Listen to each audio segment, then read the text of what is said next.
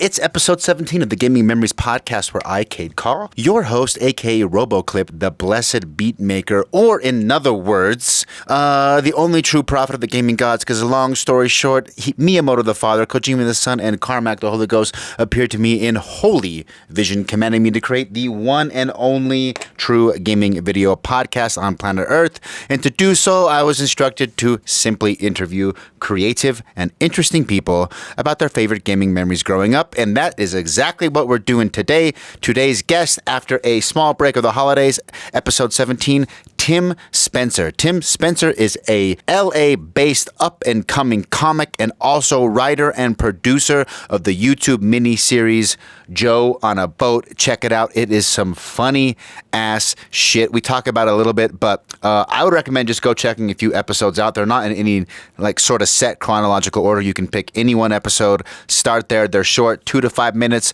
a single episode. He is pushing that. He's also does these Airbnb experiences where if you're traveling in the LA area and you want to get a nitty gritty, down to earth, legitimate comedy underground experience, you can hop on his boat on any given night. He will throw these, I don't even know what he calls them, but it's on Airbnb experiences, and you hop on a boat and you go out basically into the marina or the area, sail out there, and then you have a live comedy show on the boat.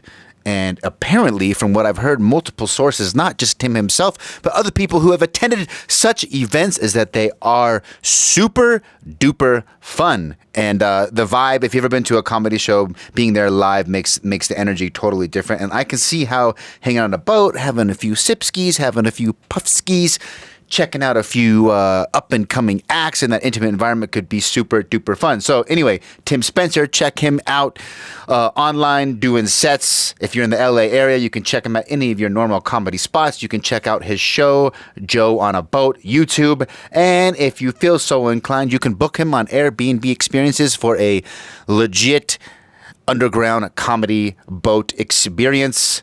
Other than that, this episode was awesome. We chatted about comedy, life, creativity, and video games, of course. Remember, kids, you only have one duty, that this is the one true gaming gospel, the only true gaming podcast on planet Earth. And if you spread the love, spread the good news of the Gaming Memories gospel, which means like, share, comment, tell your friends about it, you will be blessed because the gods say so, and I'm the God's mouthpiece. I'm basically God himself. So if you just listen to me, listen to nobody else, give me your money, give me your women. I say these things in the name of Miyamoto the Father, Kojima the Son, and Carmack the Holy Ghost. Amen. Enjoy the show.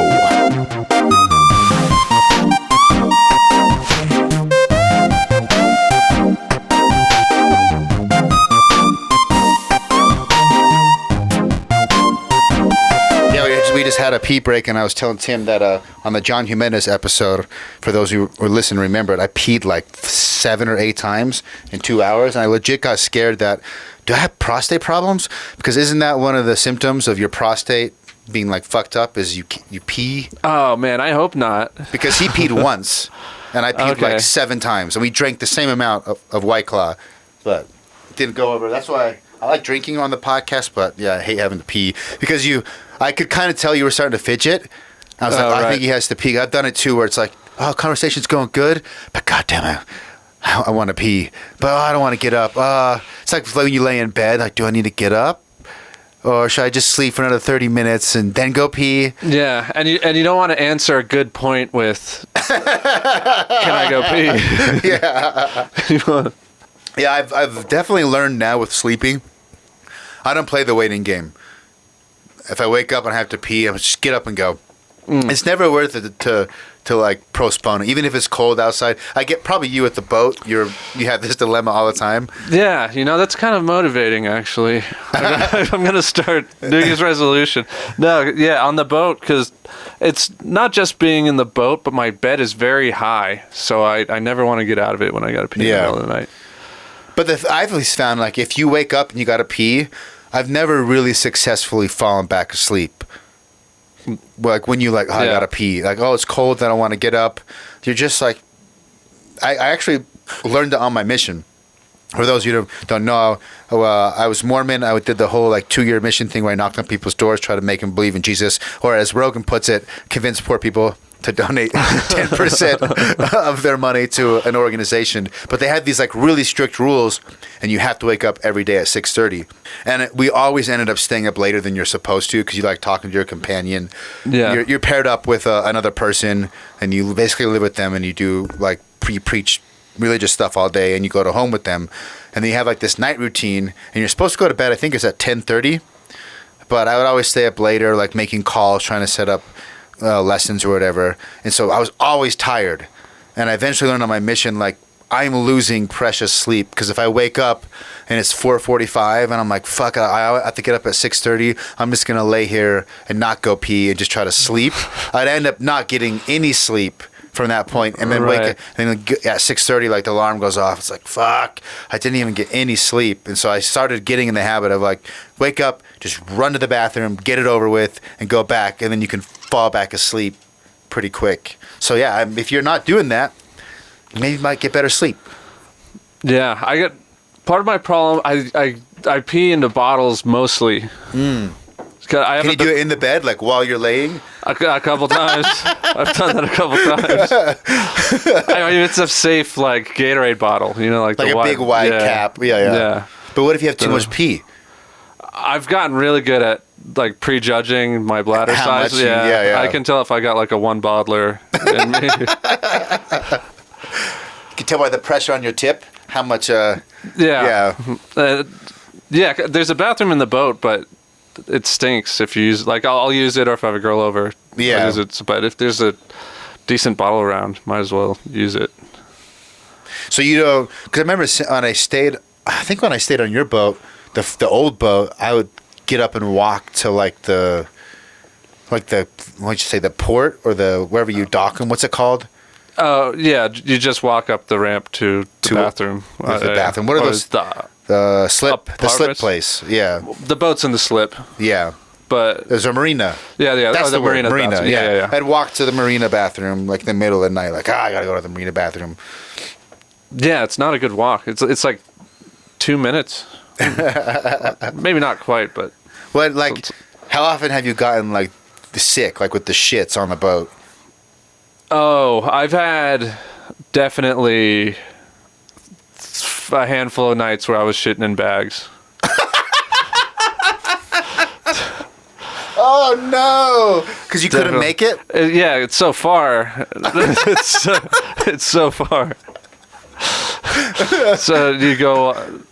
Like a grocery bag. Yeah, and I had whereas I've gotten very good at peeing in bottles, I'm still not good You're at not shitting good at in bags. shitting in bags. No, it's complicated.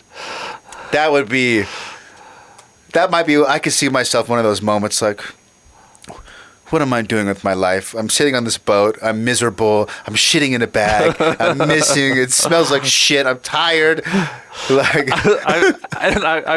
I've seen other pirates 2 different times while paddleboarding around the marina. Seen other pirate guys shitting into bags. 2 separate. How many people in the marina are people living?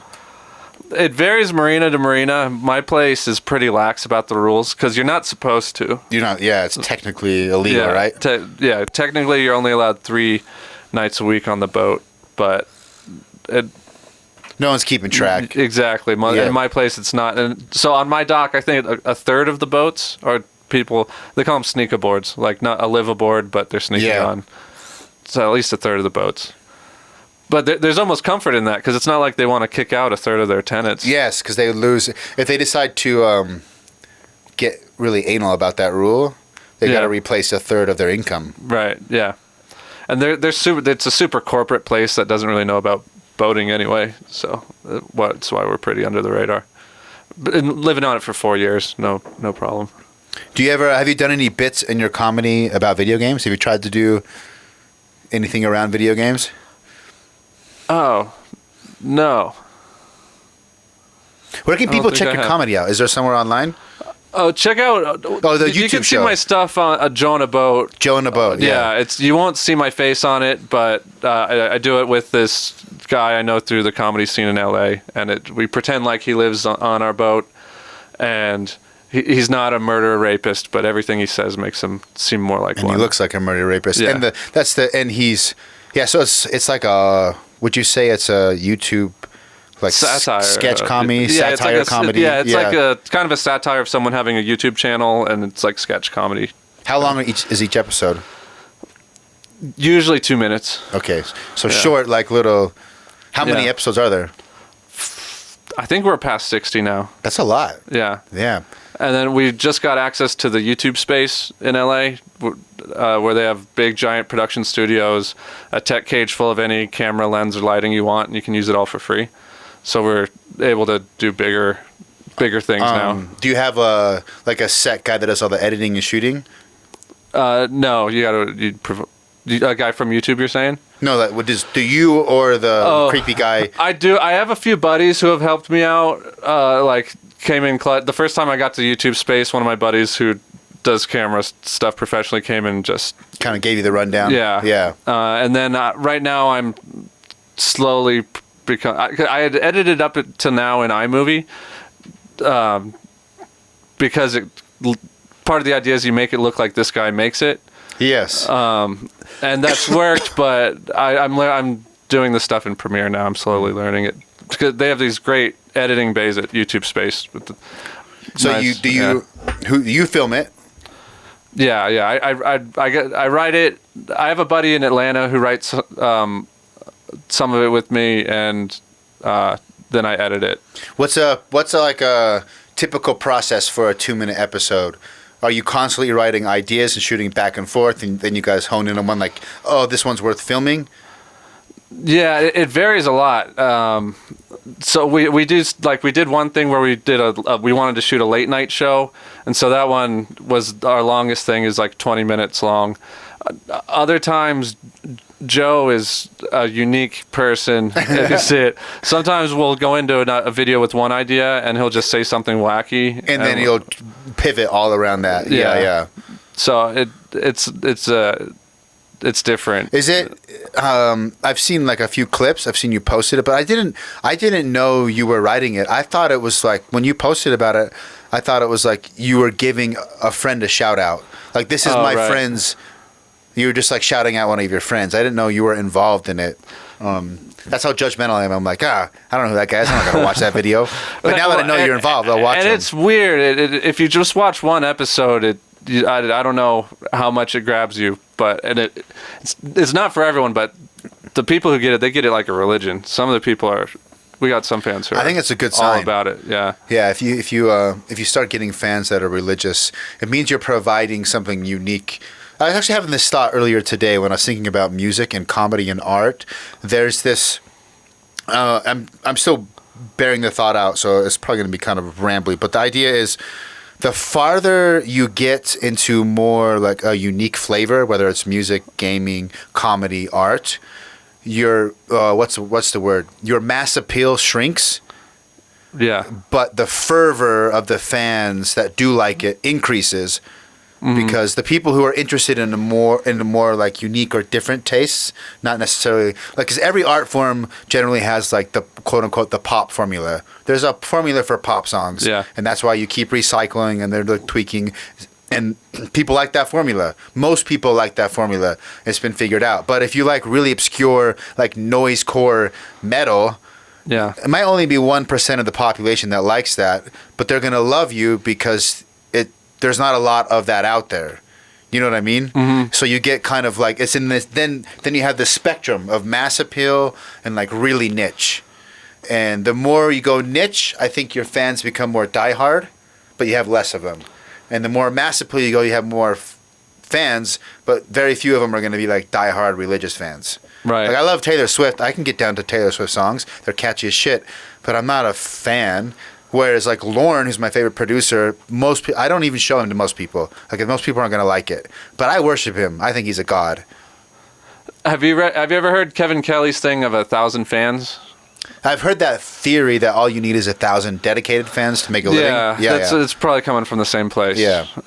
He defines a true fan as someone who like buys the vinyl, not only goes to the show, takes 5 friends with them. Like a real, like a hardcore fan. Yeah, and then So if you have 1,000 hardcore fans, maybe you have like 10,000 moderate fans or yeah, something exactly. like that. Yeah. How many subscribers do you guys have? Well, we're about to hit 20,000. 20,000. So I would. How many do you think out of that are diehard? 1,000? Do you think you have 1,000 diehards? No, as that tough definition of like if we showed up in the city, they would make sure they're free on the night that we did a live thing, or Yeah. they buy the T-shirt. I think it's under 50. Okay, Like but it is catching. 17, Yeah. 12, but like there are 20 people who are Yeah. that big of fans. And then I think like probably 1,000 real like fans where that they watch every week, see every episode. Yeah. And how long have you been doing it? Like just this project? 2 years, but grinding like a year. Okay, 60. You said 60 episodes. Yeah. That's a lot. Yeah, comedy's hard. It's so hard, and to make something actually funny, it's really hard to do it more than like it's really hard to do that daily. Yeah, I have a friend that was on the podcast, Second Audio Treats. He's had a goal to do a stand-up set, like just one, to like get over his fear for like 6 years. And he can't do it because it's hard. Like he'll sometimes will like sit down, he'll text stuff like jokes and ideas, and it's hard. And I've even done it too. Like I'm going to write a joke. Like if there's only been a handful of times, like I want to see what this is like. And I sat down, tried to write something funny, and just stared at a page like, oh, I think I can be funny. But when I really sit down with the goal to be funny, that does not happen. Yeah. Have I told you about my first time going up? I'll tell it real quick, then we'll get back to video games. But have you heard the Kill Tony podcast? I don't know if the podcast is different than the show. I've seen like a recording of the show, like at the Comedy Store. Yeah, so he's at the Comedy Store, and people go up. They do 1 minute of comedy, and they have judges with them. And so I did that for. I matched with this girl on Tinder who's actually a successful comic now, but she was an open micer at the time. And I found out about the podcast that when I thought, 1 minute. I can do something for a minute. Yeah. Oh, I think I know where this is going. Yeah, so wrong. And I have like some loose concepts in my mind. Concepts. I didn't even have jokes, and I thought you had a concept. Yeah. You're like, I'm gonna go in there and I'm just gonna free leg a concept, and it's gonna be okay. Yeah, in just a minute it'll crash, and maybe I'll start getting booked. Who knows? And the concept, I thought I was gonna riff on this for a minute on that. Gushers should be candy, not fruit snacks. They should be in the candy aisle. Not good. That's true though. Yeah, it's like they an are okay like the fruit point. snack, but they're not really a fruit snack. Yeah, it's like candy outside with a candy There is inside. something there. I think you could come up. That could be a joke. Yeah. But I thought I would riff on that for a minute, and I get that thought out of my head. Nobody laughs, and Then you have shit. 52 seconds left. Yeah, exactly. And I didn't. The lights really threw me off. Like I thought I'd be able to see the audience. Like But the you lights. can't. It's just bright. Mm-hmm. Yeah. That really threw me off. And then my backup little bit was loosely makes sense. Growing up Mormon prepared you for a lot of things, but not ordering coffee or having sex. Like as an There's adult, definitely a lot you could do with growing up Mormon. Yeah, sure. Yeah. But again, I didn't really make much sense there. Then the minute's over, and They roast the shit out of you. Yeah. Jeff Garlin was one of the judges. He's like, do you know him from Curb Your Enthusiasm? Yeah, I don't know him I just know who he is. I don't know him super well. He's like, that made no... And you could tell he was there as like a favor and didn't understand that That's part of the show. Yeah, it's part of the show, and some of these people are going to be new comics. Yeah. So he was just baffled how bad I was.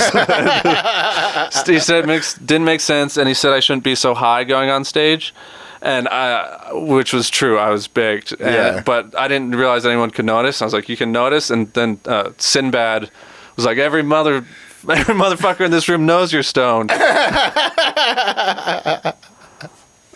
that was your first set? That was my first time. It's a great way to get baptized. Yeah. It's a great way to get baptized. Yeah, I didn't do it again for like 6 months. Because you had to recover. No, I did it again the next week at Kill Tony, and it was also bad. Yeah. And then I didn't do it for 6 months. And then my third time I did great. Like, I crushed. The third time, did you come with like jokes written out and put a little more? Yeah, a bit. If anyone wants to start comedy, I suggest go to open mics and watch a bunch of full shows, because you start to see bad people and why they're bad, and you also see jokes and people that tell jokes with the punchline. Yeah. And the audience knows when to laugh. So by seeing a bunch of train wrecks, you can kind of start to figure out what causes train wrecks. Yeah. Yeah. Yeah, exactly. And that was a big difference. I had just watched a bunch of open mic shows before getting up the third time.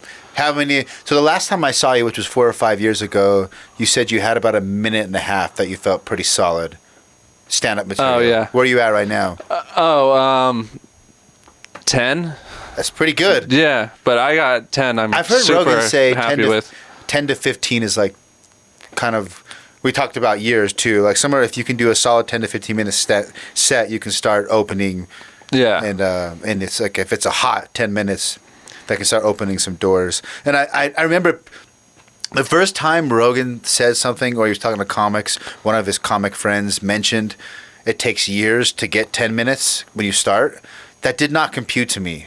Because someone said something like, oh, it took 5 or 7 years, and by then I had a solid 10 minutes. And I was thinking, like, if I did something for 7 years grinding, and all I could do is 10, like, I would think I was doing something wrong. Like, maybe I don't get it, or it seems... Yeah. Why is this so hard? I mean, I get that it's hard, like, just trying to write a joke. But what I don't understand is, if you're doing 5 to 7 nights a week, is it like an old school video game where it's like it's just the trial and error, and you only get so many chances to try a joke, see the reaction, and then think about it? Yeah, good questions. I mean, one, it's hard, and different styles of comedy.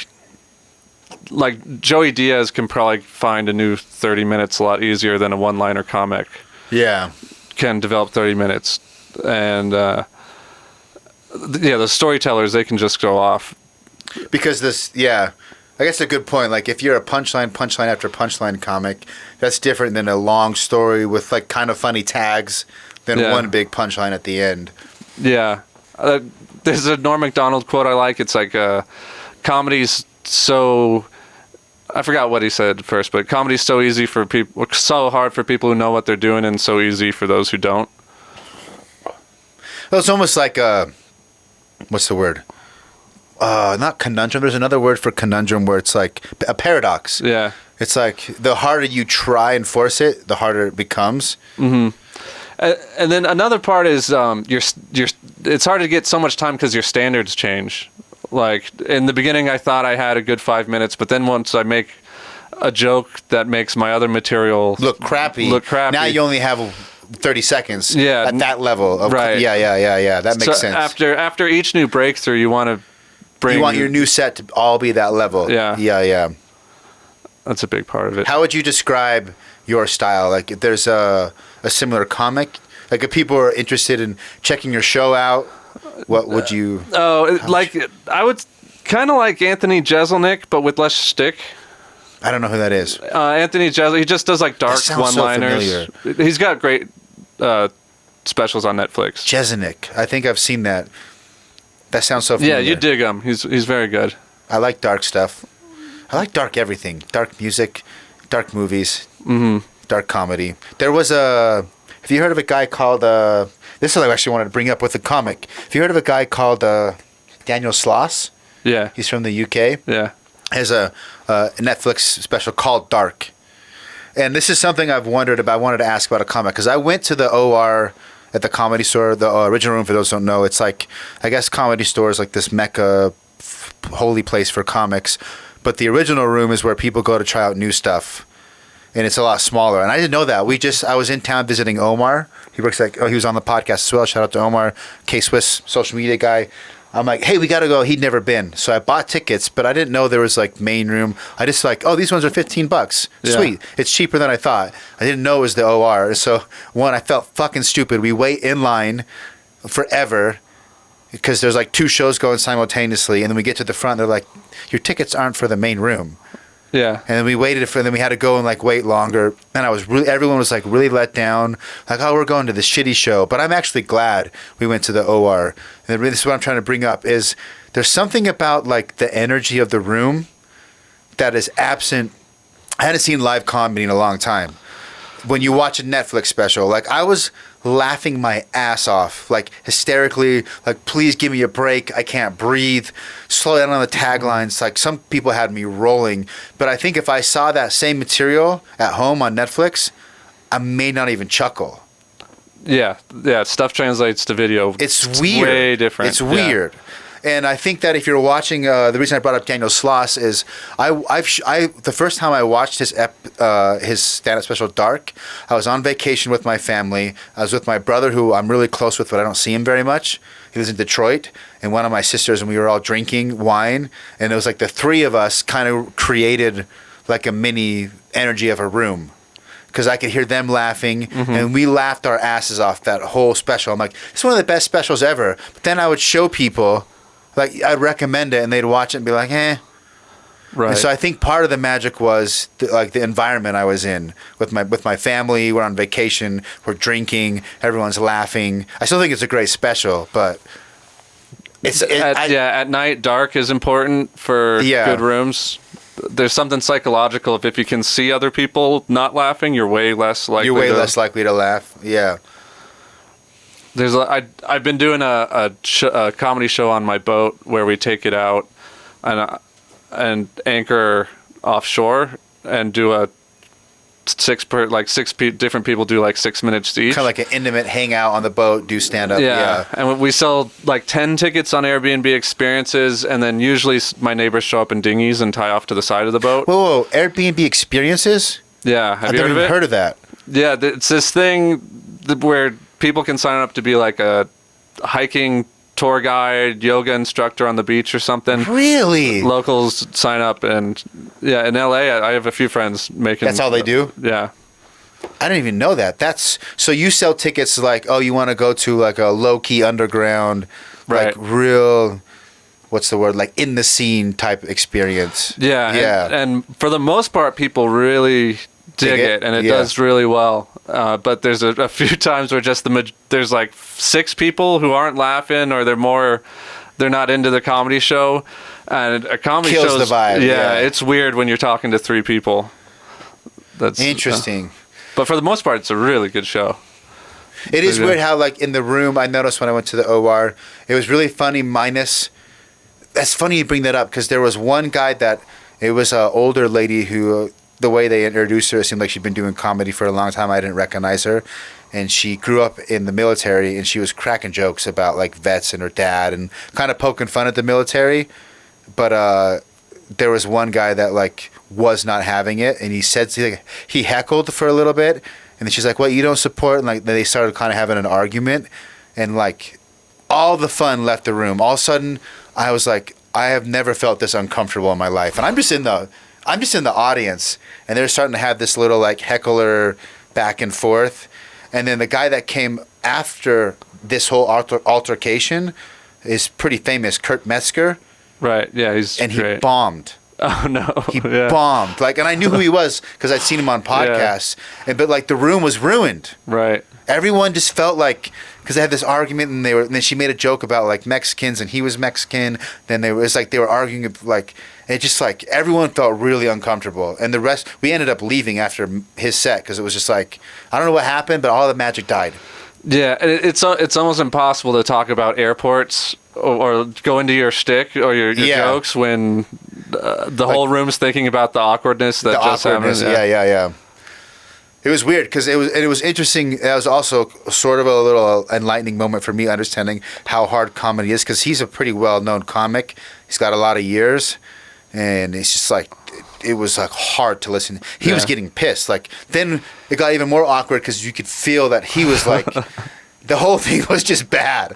And like a bunch of people left during his set. We stayed for like half of the next one, and when we left, there was like 10 people, and the room was completely full prior to this like train wreck. And before that happened, it was Andrew Santino, Tony Hinchcliffe, Amy Wong. Oh, this is some killers. It's like 3 in a row, and I knew I'm not even into comedy, and so I know that because I know who they are. So they're huge, right? Right. And Tony was like, his whole shtick was about that one. He spent his whole 15 minutes defending Kevin Spacey for his sexual misconduct, and he would just like have this grin, like, I love being like terrible. Like I know I shouldn't defend him, but I'm gonna do it anyway. And he does it in a way where like, he's actually got a good point. Like it was awesome. And I just remember he would like put his leg up on the thing and bend over and just had this big Tony grin. Right. Like, I'm gonna go where you don't want me to go. It was awesome. And then Santino had this whole bit about you need dumb alpha men. You need toxic masculinity because who's gonna build like the buildings? His whole bit was defending toxic masculinity. And then anyway, it was like killer. And then that's what I found interesting. There was like this momentum that seemed unstoppable, and all of that got ruined because of one bad like heckler altercation. All ruined. Yeah. It's this fragile that made me think a little bit. I don't know. Did you have your door-to-door sales? No, I never did. But like the idea that came to my mind is like, oh, comedy's like a door-to-door sale, but a million times more fragile. Because a door-to-door sell is like you get in the door, at least I did alarms, like security systems, you got to get in the door, you got to build the value. And like even when you're like 90% through the sale and you're getting to paperwork and payment, the whole thing can fall apart at any minute. Husband calls in, like, what are you spending money on, blah, blah, blah. It's like a little baby. And then I realized like, oh, that's comedy. Yeah. It's like this super fragile, and you get one fuck up, it all goes away. Yeah, I know Bill Burr's so fun to watch because he loves throwing it away and then getting it back just to show you how good he is. Yeah. It's really impressive. Yeah, it's impressive. What do you think, to get back to video games, what do you think is the funniest video game you've ever played? Oh, I have an answer. I don't remember the name of this game, and it was a snowboarding game. A snowboarding game? Yeah. SSX? Tricky? I think SSX was the really popular one. I'm trying to think of a snowboarding game that would be funny. There was a PS1 game called Cool Boarders that had some satire in it. SSX was like over the top. But did you travel around to different countries in SSX on the unlocking? There's like 4 SSXs. So no, I don't think it was SSX. It was some one-off game that God, it was so well written and funny. Keep grabbing. I'm going to look up funny. I remember you could turn into like a toboggan and like just toboggan, or start riding a toboggan or a big sleigh, or like the physics were really good of just ragdolling around. It's not bringing up anything funny snowboarding game. Really? So the funniest game you've played was a snowboarding game? That is not what I was expecting. Because like, how would you insert comedy into a snowboarding game? It was super charming. Of the mountain manager guy was like this crazy pig guy with spring arms, and I think just puns and stuff. It was just wacky, like one-liners. And I remember playing the game and taking a step back and thinking, wow, this is very well written for what this game is. Do you remember what system it was for? It was for one of the later ones. Maybe 360? Let me see what I can find. Funny snowboarding game, Xbox 3. I need my own personal Jamie. Sean White? No, definitely not. Steep, SSX, Amped? I forgot about Amped. I think it might have been Amped. Here, I'll show you some gameplay. I don't want your stupid ad. This look familiar? Amped? Yeah, it was Amped. Yeah, Amped was on 360, but this is Amped 3, so I'm not familiar with this series at all. Now that I've seen it, I do remember seeing the covers at like video game stores. That looks a lot like the game I'm And he is thinking wearing of. a giant It might have been Amped 3. bunny suit. Yeah. I think it must have been Amped 3. That looks exactly like what I'm remembering. Amped. Yeah, that's That was a very, very funny game. And then another one I thought of while we were doing this earlier, very funny game, Earthworm Jim. Earthworm Jim. Yeah. Yes. That you played on Genesis then probably, right? Because you Yeah. had a Genesis. Yeah. Yeah. That game, I didn't get it as a kid. Totally. I've gone back and played it a few times. It is way more funny than I originally thought. Yeah, I went back and played it recently too, and It's appreciated extra things. It's really, really good. I as a kid, I just thought it was like I put it in the I'm trying to put myself in my mindset as a kid. I would categorize things like, oh, this is one of those like Ren and Stimpy. Like it's just wacky to be wacky. Right. Because I didn't understand like the humor. So I would put like Ren and Stimpy. What else would have been like? That's one that comes to mind. Pinky and the Brain. Right. Like I would kind of like, oh, it's one of those. And I didn't think it was that. The gameplay was awesome. I beat it anyway as a kid. But now looking back, there's a lot of things like that. Like I didn't think Calvin and Hobbes was funny. Now I read it, I'm like, oh, this is why it's legendary. It's so good. Everyone is. Yeah, it's so good. I was obsessed with it as a kid. Yeah, you were smarter than me because I did not get it as a kid. No video games, right? Calvin and Hobbes? I don't think there is a Calvin and Hobbes video game. No. Yeah, there's definitely not a video game. The only comedy video game I can think of, there's been a bunch of South Park games, which, have you played The Stick of Truth? No, I've never played the South Park games. Oh, there's a 64 South Park that I think was kind of big. I never played it, but I think it did well commercially. Yeah. And there's some other random South Park games, but on the 360 and the PS3, it's like a JRPG where you have like turn-based battle systems, but it's all South Park. And the premise is Cartman and his friends, they're like having a war and they make two factions, like wizards and goblins, I can't remember. And then it's all made up. Like it's in their head. But it does things it's pretty funny. Like at one point, let me just put it away. The finale, it's not a spoiler because it's been out forever. The finale of the game, the final dungeon of the game is you get shrunken down like Honey, I Shrunk the Kids. And you go up a gay man's asshole. And the deeper in the asshole you go, the more interesting things you find in the asshole. That's amazing. And there's like webs of spooge and dildos and like they go places. I remember thinking like they're like in this weird world where there's no like South Park has been so outrageous for so long. And someone had like Trump effect, like no one gives a shit. No one like I have a very what's the word, like it's very hard to offend me. I thought the whole thing was funny, but there were parts in the game where I'm like, this is like so dirty. I feel a little uncomfortable. What system was it out for again? The Stick of Truth? Yeah. South Park and the Stick of Truth is the game. Oh, no, what system? Oh, 360 and PS3. Then there's a new one called South Park and the Fractured Butthole, which is the sequel to it. I would recommend playing them if you like South Park humor. Look, I'm not a huge South Park fan, but I thought the combination of like RPG and South Park would be interesting. And I beat it. It has there's a lot that I didn't follow because I'm not a huge fan of the show. And I would go on Reddit later and people would talk about like, oh, I love the Man Bear Pig part. Okay. But I'm like, I'm not familiar with Man Bear Pig. So I like all of that was over my head. But the other part, like you get before you go up the dude's butthole, you're also shrunk and you're fighting battles while your parents are having sex, and there's like dicks and balls swinging on the bed, but you're small, and like if you don't dodge, his hairy ball sack will like come and hit you for a bunch of damage. And like they do crazy shit in that video game. What's the first video game you remember curse words? Curse words? Ooh. Probably Grand Theft Auto. Like the narrative, 4? like the cutscenes. Grand Theft Auto 3 on PS2. Okay, the first the top down. No, because 1 and 2, Grand Theft Auto 1 and 2 were on PS1 and they were top down only. Yeah. Grand Theft Auto 3 was on PS2. Initially, I think it got ported to other systems. That was the first 3D one. And you played Tommy Vercetti was the main character.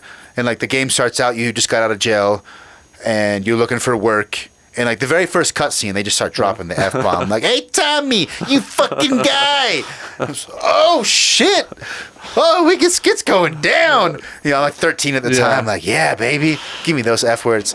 Yeah, it feels good. I mean, on Genesis, there's a Charles Barkley basketball game where he yells, "Go get the damn ball." Really? And I don't remember Charles Barkley basketball on Genesis. There's like a street ball Charles Barkley yeah, game. that is ringing a bell. He would say, damn.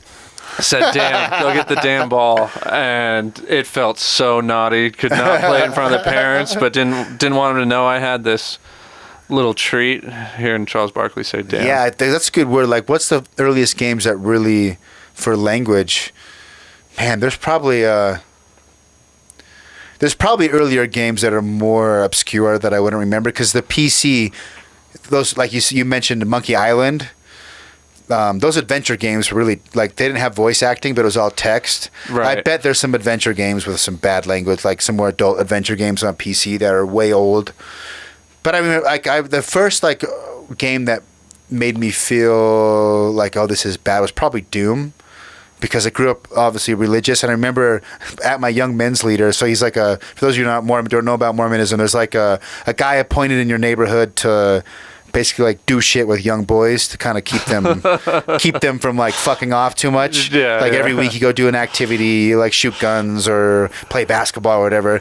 But one week it was just me and him, and he had a PC, and he's like, you can come over to my house and play. He knew I liked video games. But I didn't have a PC at the time, and he let me play Doom, and I knew about Doom. And I used the cheat codes, and I played for like 2 or 3 hours. It was actually Doom 2, and I got to the end, and I no-clipped. So the end boss is like, you fight the devil. So you sat down and played for a while. Yeah, like all night. Like, he just like let me play it. And I think he knew my parents were kind of strict, and it was just like, I'll let this kid have a little bit of fun. And now that I'm an adult, he's like, yes, I don't have to fucking like... It's Wednesday night. I don't want to go deal with 7, 12-year-old boys. It's like, I'm just going to park this kid in front of my computer and get back to whatever I want to do. And when he's done playing, he can go home. Yeah. Like, he just left. I don't even know what he did, but I was he had the computer in his bedroom, which was kind of weird. But looking at you through a hole in the wall. yeah. So I was just hanging out in his bedroom, and I had played Doom 1, now that I think about it. But I knew the cheat codes. 'Cause, like, for something like enter, no clip, God mode. And I just like blasted through the game, and I remember no clipping through the end bosses. The end boss on Doom 2 is like, you basically fight the devil, and he's this big wall, and he has rocket launchers, and you no clip through the part where you're shooting, and there's a severed head on the stick, and I think it's John Carmack or one of the main programmers' head.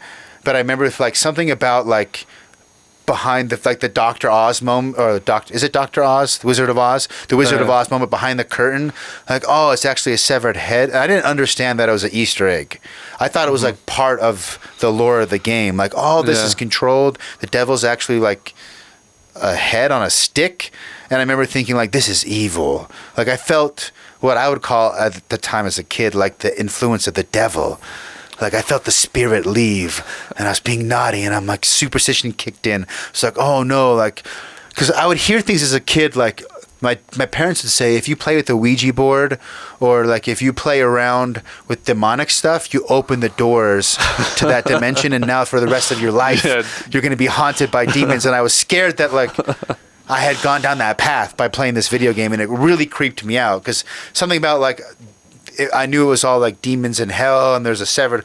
Like, my mind couldn't make sense of it, so I thought it was like this mysterious, I don't know, like demonic something. I got scared. Yeah, I remember similar things watching Doom for the first time. I think it was bad, but it's funny thinking that looking at graphics now, because it looks like a bunch of blobs and pixels on the screen. Yeah.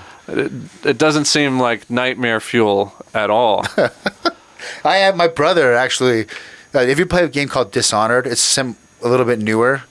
I think Dishonored 1 came out on 360. The premise of the game is a guy comes to you, he's called the Outsider. And he's just like an otherworlding, you could say he's a demon or a ghost or a demigod.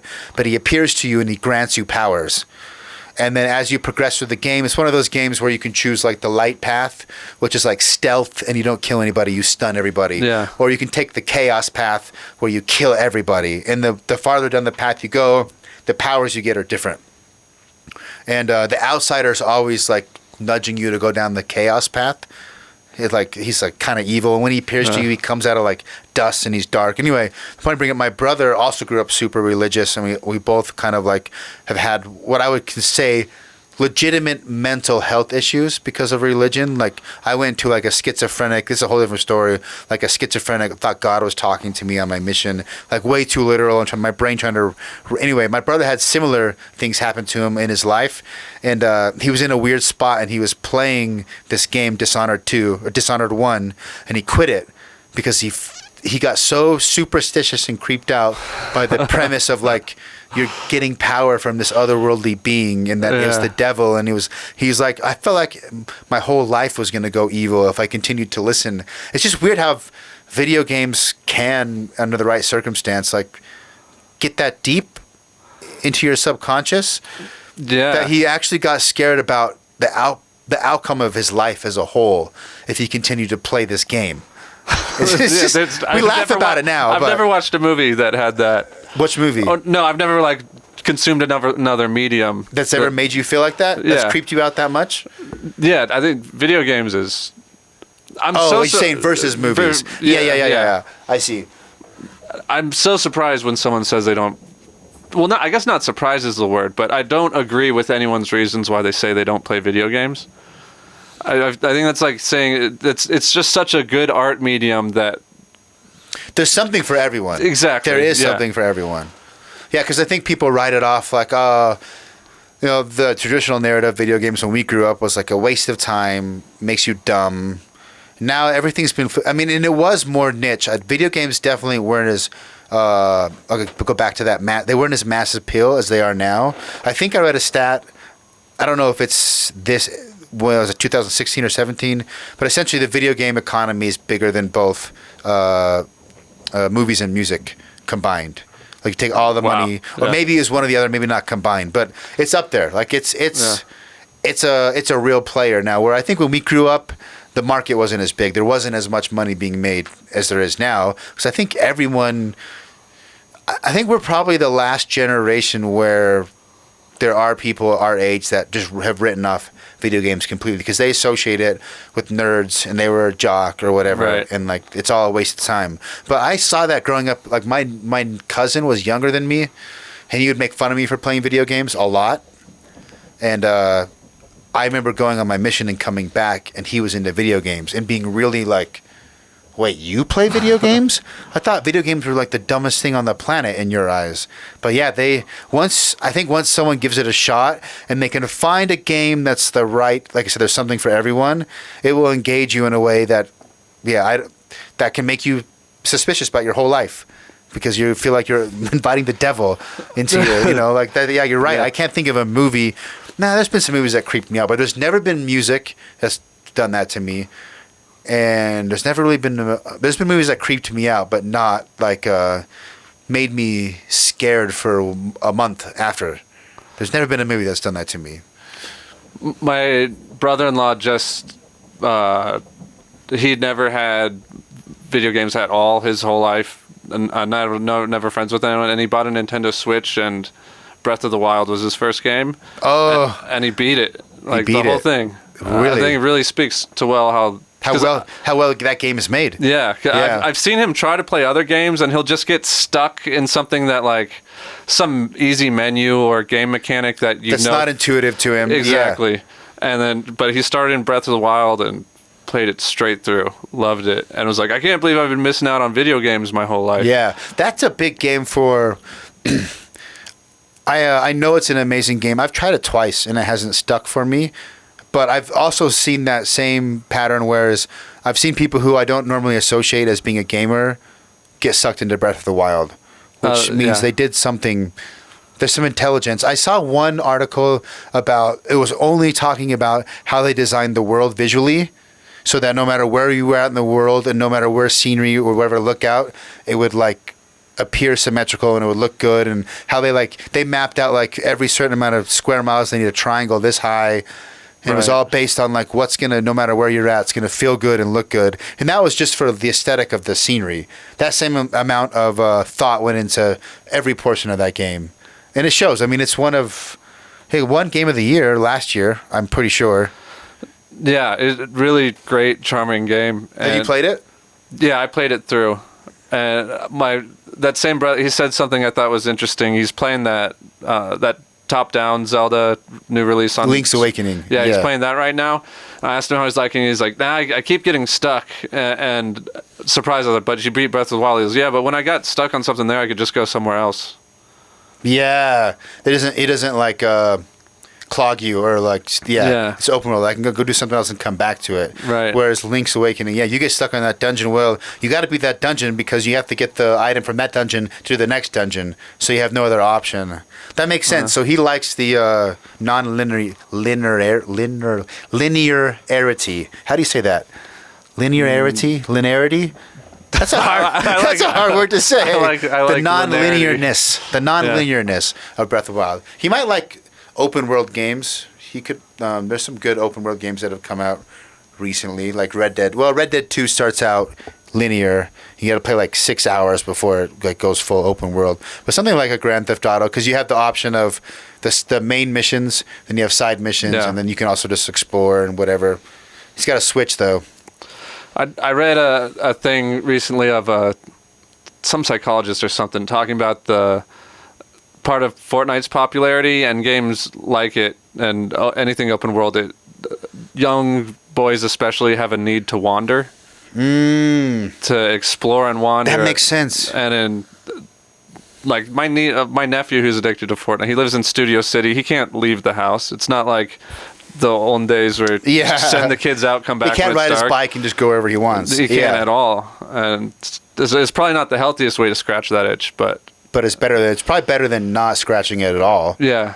Right. Yeah. For sure. That's a good point. Yeah. Fortnite is that. It's what's the word? There's like that free to play model. There's a handful of juggernauts. World of Warcraft was one of the first ones. That's like a totally different type of game.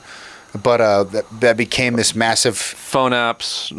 Phone apps became it's Apex Legends, Fortnite, League of Legends is the mobile. Paladins is another one. Yeah. Paladins, RuneScape is another one. Like I've heard kids like they get. I wonder what would happen if those games were available when I was that same age. I guarantee I would have got sucked in. Probably. Yeah. I hate that model won out. Yes. I remember the first time I was offered a cosmetic purchase. Fuck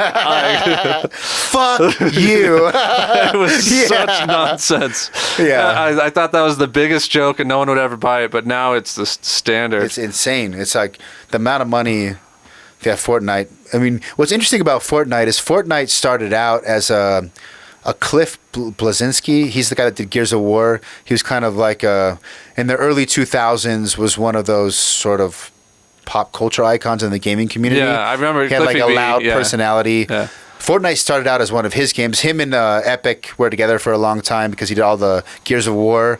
And it started out as like a strategy, like tower defense, almost like RTS element game.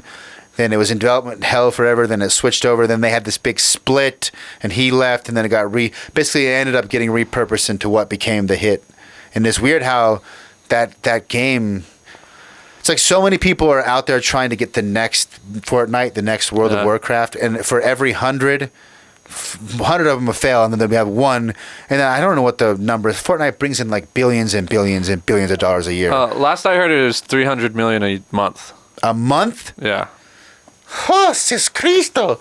For digital backpacks and for cosmetics. Yeah. You know what's crazy? Like the games are obviously expensive to develop, and then moderately expensive probably to maintain and keep the servers up.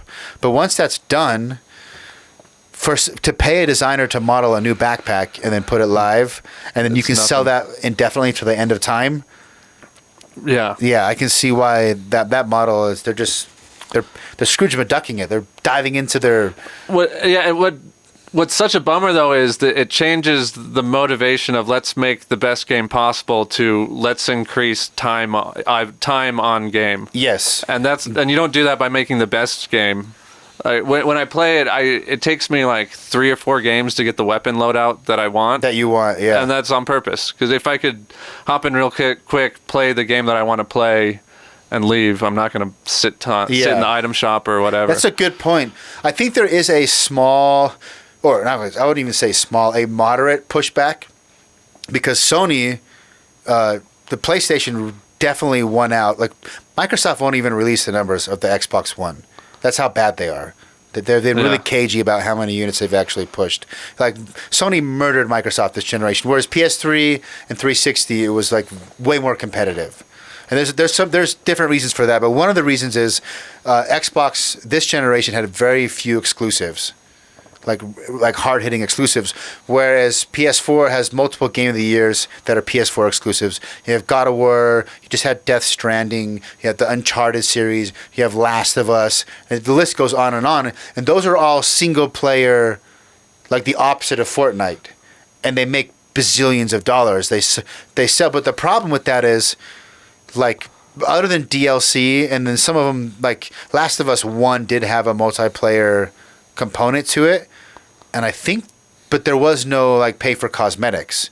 I don't know. Yeah, so there is a market there, right? Because God of War sold like 60 million copies at $60 a price, right? Yeah. Made a shit ton of money, but over the lifespan, Fortnite's going to dwarf that. Like, it still doesn't compare to 300 million a month for the next. How long do you think Fortnite's going to last for? 10 years? Who knows? Yeah, who knows? Who knows? Yeah. So you're right. Like, there is a market for like making the best game and the best experience possible, and you can make a lot of money doing that. But now I was thinking in real time. I threw the math. Like, okay, so let's say they sold 60 million copies. You know, half of them were sold in the beginning at $60. Let's say the average price of that 60 million was like a $35 price tag. They got to pay your platforms, your publishers, and everything. What is the studio? What does everyone make? It's not. It wouldn't equal out to be 300 million a month for 5 years, probably. No. Yeah, you're right. Yeah. That's just ungodly amount of money. Yeah. Have you heard Netflix say they saw Fortnite as one of their biggest competitions? Oh, because they're just worried about like eyeballs on a screen. Yeah. Yeah. Because instead of, so the question is like, I've had this thought, like, does Netflix make any more money by me spending screen time? I'm already paying for the subscription. So if I'm playing Fortnite, but I'm not canceling my Netflix subscription, why does that hurt them? I guess it's just the worry that you're playing so much Fortnite, you might cancel that like, oh, I don't use this anymore. Yeah, I guess, because otherwise, if because I thought about that, like Netflix rates like the back to video game, The Witcher. I don't know if you've played The Witcher, but The Witcher series, the TV adapt. I haven't played it, but I just plowed through that. I plowed through it too, like a day and a half. Yeah, it's fucking awesome, yeah. And it's even better if you're played the games, because one thing about that series is they don't do really well. Like, they sort of expect you to understand the lore and the world. They don't really explain a whole lot about like what Witchers are and the places and the politics. It kind of just, and that's the biggest complaint I've seen people. And then the multiple timelines, like once you realize like, oh, different stories are not at the same time. But my brother, who hasn't played the games, loved it. He's like, I like when they don't hold my hand. I like that I have to pay attention to every line of dialogue and sort of piece things together and figure out like, oh, he's like, he realized in episode 2 that Geralt's timeline was not the same as Ciri. And he's like, that's one of my favorite parts. Like, oh, I get it. But I don't know why I was talking about The Witcher. Why are we talking about The Witcher? Fuck. The Witcher game. The Witcher game. We were talking about Fortnite and money and first party DLC. DLC. Witcher does have a great DLC. I forget. Remember, I brought up the TV show. Damn it. Oh well, I lost it. The Witcher 3 is awesome, which the game is kind of later than the TV show. But damn, I wish I could remember why we fucking started talking about The Witcher. Son of a bitch. We were talking about Fortnite making $1 jillion, single player games making a lot but not enough, and then you were talking about time spent.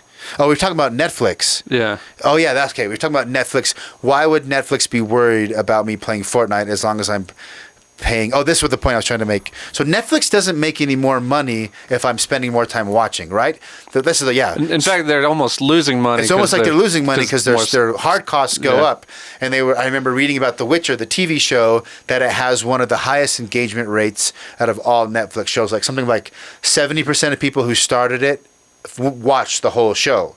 And that's how they measure success. Like, oh, this is a great show. We're gonna greenlight it for season 2. We're gonna spend more money. I'm like, that's awesome. I like The Witcher. I want more Witcher. But then I was thinking about it, like, but why does it really matter if people watch it all? Like, if I spend all my day watching Netflix versus only 1 hour a week watching Netflix, the amount of money they make is better. But I guess the question is, if there's not enough good stuff, if every show sucks with a low engagement rate, maybe I will cancel eventually. Yeah. So yeah, that makes sense. So the more Witchers they have, the higher chances that I'll never cancel my subscription. Right.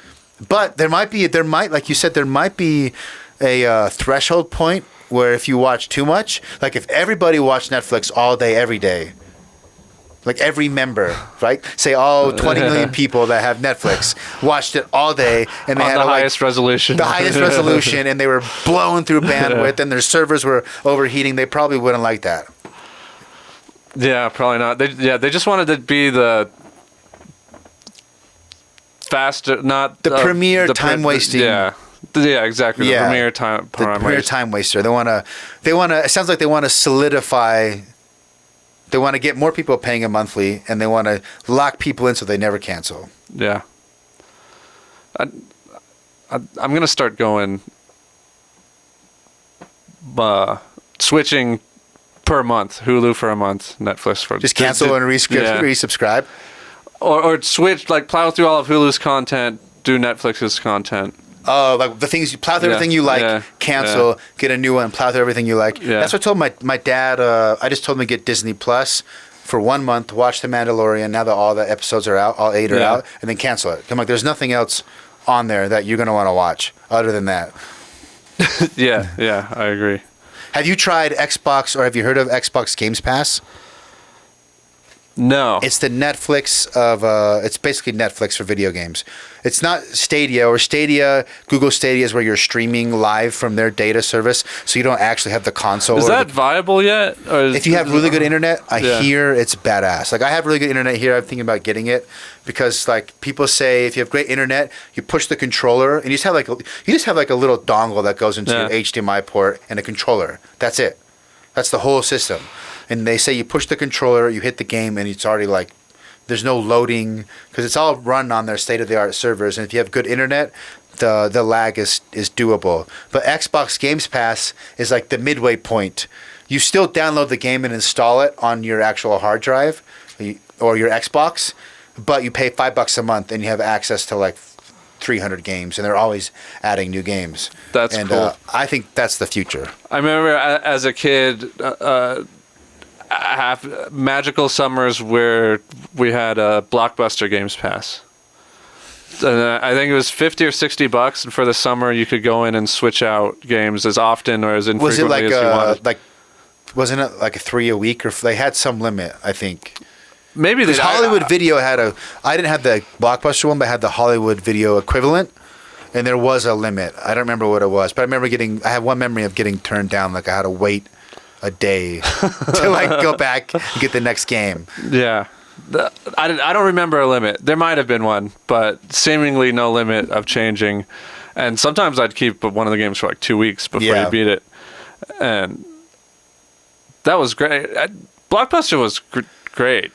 Or I guess Hollywood Video here. And Hollywood Video was, we had a mix of, those were the two main ones. I think the Thomas Winkley, who's the Street Fighter pro player, said that there is like one Blockbuster still in existence, like out east, and like and it actually makes a shit ton of money for some weird reason. And there's also, he said there's a, not Blockbuster, but a video rental store in Salt Lake that actually does really, really well. Because there's still like I guess enough people out there that want that experience. Yeah, that could be like a fun date night thing. Look at the covers and pick a movie. Walk the aisles, like that was definitely part of the experience. Can you think of a game that you rented multiple times?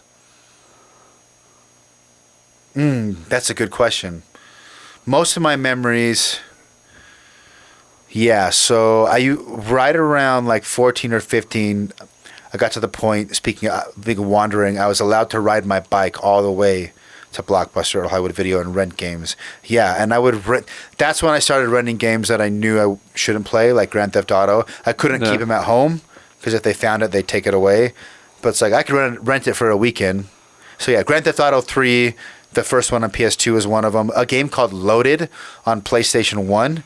So it's a top-down shooter. Did you ever play, what would be equivalent? Did you ever play Smash TV on Super Nintendo or Genesis? No. It's like Loaded sounds familiar to me, though. Yeah, Smash TV was probably like the biggest cult classic. It's like Contra. You know, Contra's side-scroller. Yeah. So imagine Contra, but the viewpoint of Zelda, like top-down. Right. And you just like, you can You shoot want that 360. spray. You can spray. Yeah. And you go through like different rooms and challenges and they send enemies. Well, there was a game like that on PS1 called Loaded. And the first time I was with my brother, speaking of ESRB, we went...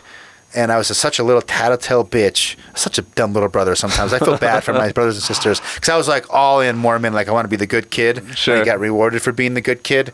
And I rented a game that was teen. I was old enough to get it. And my brother rented a game called Loaded. And it was mature. And I could tell it was like Twisted Metal sort of aesthetic. Like all the guys had like scary masks on and they were bloody. And it was... You played a psychopath that escaped from prison and you kill everybody on like Sweet. that comes to existence. Yeah, it's badass. And I wanted to check it out, so I didn't say anything when like I knew it was mature when my brother picked it up. But I grew up my brother has both my brothers have a different mom. So I'd only hang out with my brothers on visitation, which was like every other weekend. My brothers would come and hang out with me.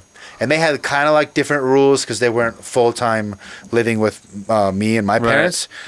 And so I didn't say anything, and I knew my dad wouldn't check because he's just like, he knows me. I'm going to pick out a game that I can rent. So my brother rents this game. We all play it. But then once I play it and got some fun, I had some fun playing it. Then I told on my brother, like an asshole. Like he rented a mature. Did you know, Dad? Did you know? Yeah, take that. And then and he beat my ass my whole life. So I got payback for it. But I ended up renting that game later because it was cool. That's the memory. Because I was like, okay, I can't buy this game, but I know it's dope. I know it's mature. And my brother already rented it once, and it was fun. So now it's worth renting again, but I can't get it because it's mature. So yeah, that was one. I rented it like 3 or 4 times because I wanted to beat it with every character. Yeah, so just imagine top down, like, everything's like in an insane asylum or a prison, and guards come after you, and you get different weapons. And every time you kill someone, it's like blood splattering and guts, and is badass. Yeah, that's for some reason you just made me think of. We had a Moses game that was the only game we were allowed to play on Sunday. That I didn't have a Moses game, but I did have a Book of Mormon game on PC. A Book of Mormon PC game. A Book of Mormon. You played as Nephi, and you had to like. Lehi has to. This is for those who are not Mormon. You can just skip ahead. We're not going to understand anything. But for those who are, you play the whole beginning of the Book of Mormon. Well, like jumping around and moving, like no, it's top down like Zelda. Okay. And and it was more like a fetch quest. So it's like Lehi has his dream. We need to prepare to go out to the wilderness. So you got to like go to the shop. You need to get rope. Then you got to go get like supplies for the tent. Sick. And then you get everything. Then you go to the wilderness. And Laman and Lemuel rebel. Then you got to like build the boat and all that. Did you fight or shoot at all? No, there was not that I remember. I didn't get very far. It was boring as shit. It was a Book of Mormon game, but same thing. I could play it on Sunday. Yeah. That's why I played that Moses one so much. What'd you do in the Moses game? Do you remember what it's called? I don't at all, but you shot W's at people that stood for words. The more you advanced, the more you advanced Moses, the further his W's would go. What system was it on? I think it was Genesis. Genesis. There's a chance that might have been Nintendo. You had a Genesis though, so that's probably a higher likelihood. I can't believe I've never a Moses game on Genesis. Moses game Genesis. There's an autofill for it. Bible Adventures? Yeah. I'm pretty sure this is the one. Does this look familiar? Oh, I also had this one. I was trying, and I remember if you. So this is baby Moses, and she's this is baby Moses. Then taking him away from the Egyptians, trying to kill him. And I think if you go further, it gets to a top-down mode. But I remember on this part, if you jumped in the water with baby Moses on your head, he like stays floating, and it was like a game glitch that me and my friends laughed at every time we did it. Exodus. So I also had this game. Is this a different game? Yeah, this is called Exodus Journey. Exodus Journey to the Promised Land. Yeah. Is this the one you're thinking of? This is the one I was thinking of, and I'm pretty sure I got to the Promised Land. You made it all. Yeah, this looks like oh yeah, he's shooting W's. He's got the white beard. For those of you who are listening or really can't see, I don't do video anymore because it's too much damn work. It's like it looks kind of like Minesweeper, like with gray blocks, or like Bomberman. Yeah. And Moses is like, you play this old man, and he has a wand. What are the M's for? There's like these mana. I think it's mana. Oh yeah, mana. Yeah. Mana, yeah. It's weird. It's kind of top down, but there's a physics to things falling from the. It looks like Zelda, but it's. It almost is like a side scroller too. Yeah. Because the background has like parallax effect. It's got gravity like a side scroller. It's got gravity like a side scroller, but it's top down. Things fall from the top to the bottom, but it looks like you're playing a top down view like Zelda. Yeah, it does. That is weird. I'd never heard of this game. So that's what you played on Sunday. Yeah, I've probably clocked so many hours in this terrible game. Just have to play video games, any video game. Sundays, man. If you grow up, I mean, it's not just Mormonism. Can I hit that pen? Yeah.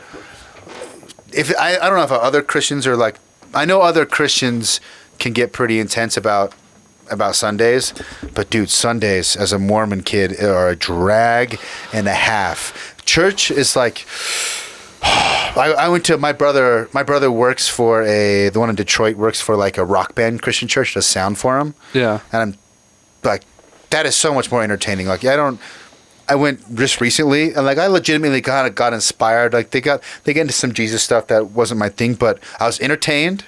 I left feeling like I'm going to be a better person. You know what I mean? Yeah. Mormon church is like, you got to leave people wanting more. yeah, Which doesn't happen with 3 hours of church. and it's so like the culture's like quiet, Yeah. very somber, everything's serious and droney.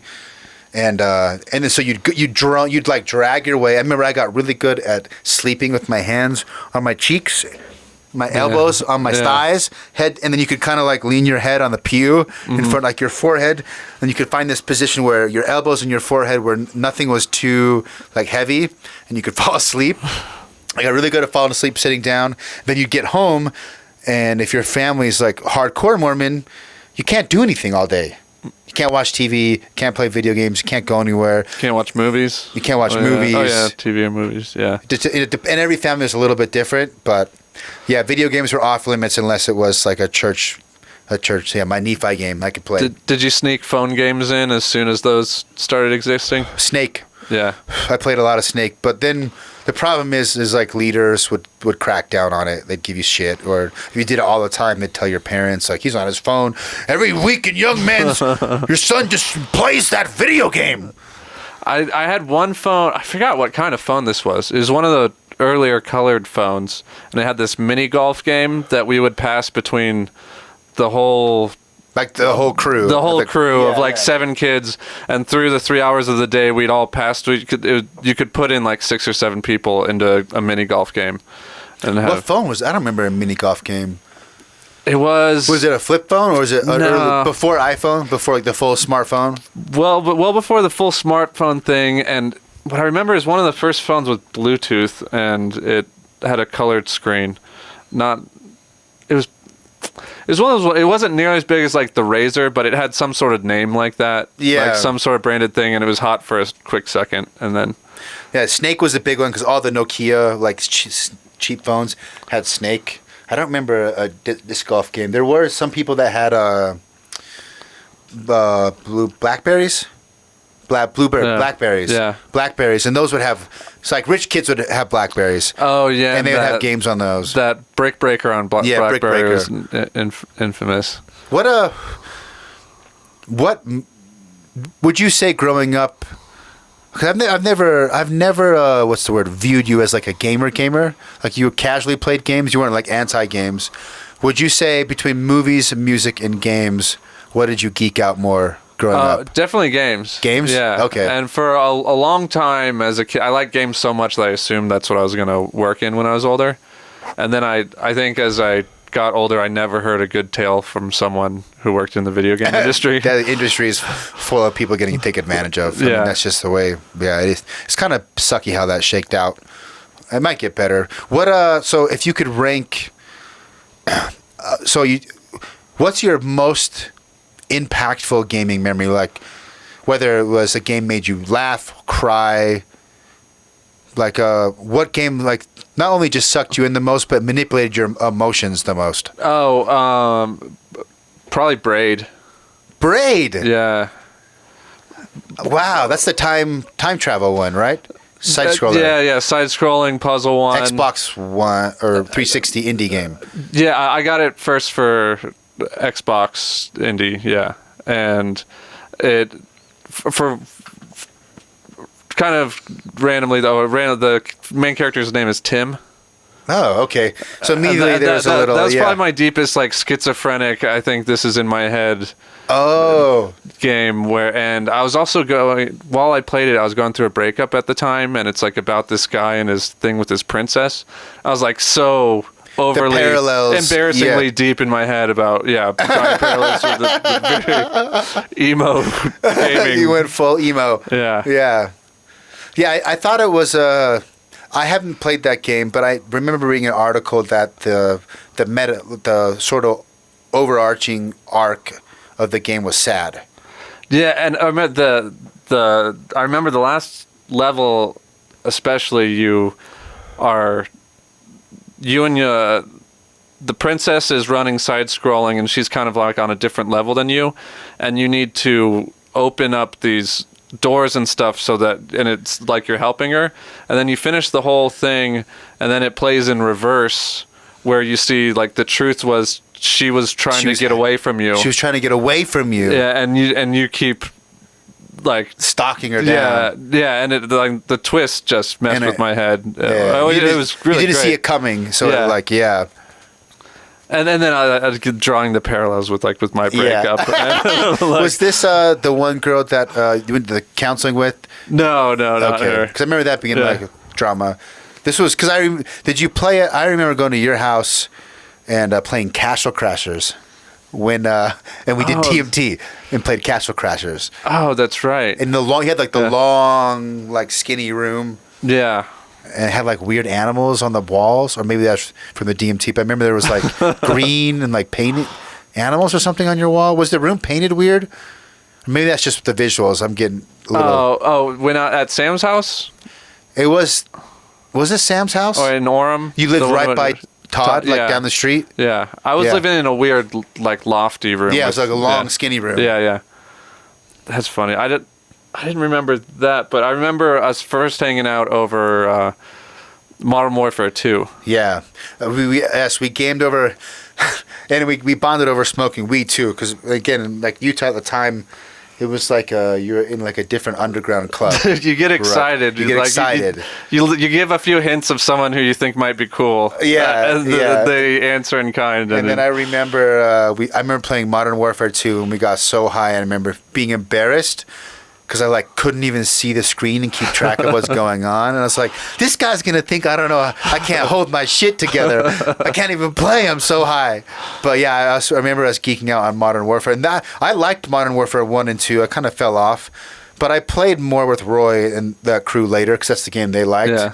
I liked those games, but yeah, Modern Warfare 2 was the best one for me out of that series. Yeah. I wish they'd remaster that and release it on Switch. Switch would be amazing. I'd never buy another. You have a Switch, sounds like? Yeah, that's the only game I've had for the last, or system I've had for the last 3 years. What are you playing right now? I just bought Super Hot. Super Hot. Yeah, I've heard good things about that. It's fun. I've heard it's good in VR as well. Yeah, I'm sure it's amazing VR, but time only moves when you move. When you move, yeah. You can do these really cool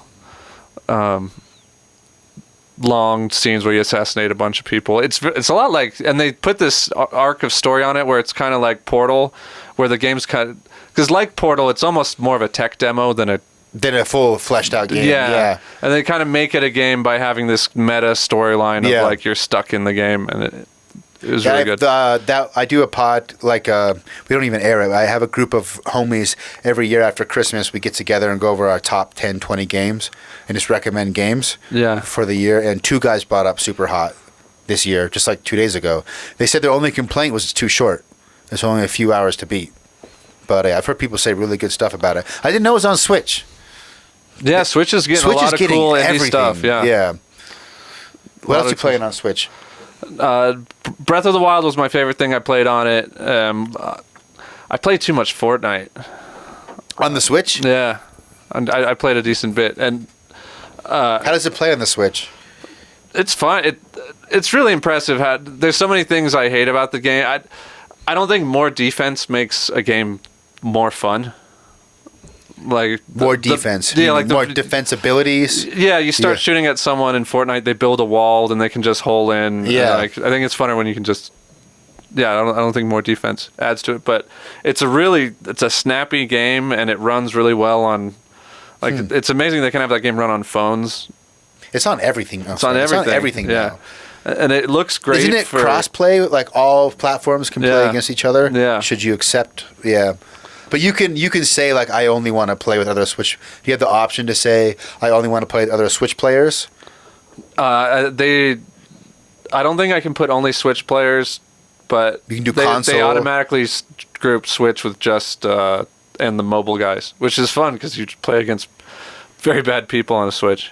I've heard it controls surprisingly well on the phone as well. I see people playing on the phone, and I haven't tried a proper phone game in a long time. I just don't game on the phone ever. If I'm gonna game, I'm gonna game on my rig, whatever. But I remember trying a few first-person shooter and third-person shooter games where like you had the virtual thumbsticks, and thinking like this will never work. Like this is so bad. But people say on the phone, Fortnite plays awesome. Yeah, I've seen videos of guys who compete with the pros on the touchpad. That's good. I wish there was a better shooter though for me to play on the Switch. Doom, the new Doom 2016 is on Switch. Yeah, but I like multiplayer online shooter. I don't know. It does have a multiplayer mode, but I don't know if it's that popular or how many people would be on it. Mario Kart. I'm trying to think. Do you play online on Smash? I love Smash. I bought Smash, and I don't play it. My Marina Wi-Fi is rarely fast enough that it lets me in, and yeah, I didn't take the Smash. I bought Smash thinking I was going to play it all the time. I don't play that much. You should get it. I would give it a second go. I think Smash is one of. We were talking about earlier about niche. Like Smash is one of the Smash is one of the like. It has a high mass appeal. It's easy to pick up and play. Yeah. But it's also like, it is the. I think Thomas, the Street Fighter Pro, said it's bigger than any other fighting game competitively as far as cash prizes, like the pots. It plays really well for newcomers to just have fun. It's also one of the biggest competitive esports as far as fighting games go. Like it's up there with Street Fighter, which is the King Kong. I think part of the problem, I bought it right at release, and I'd never played another Smash before, and I jumped online. Well, I played them before, but just like at a party. Yeah, at a party. For a night. I'd never owned another Smash, and everyone online just destroyed me. Fucked you up. Yeah, and I guess it's because it's so much like the old games that they could hop in. They have all the accumulative experience from the previous games. Yeah. Yeah. The Smash is like that. Like I recently at that same party we played Halo.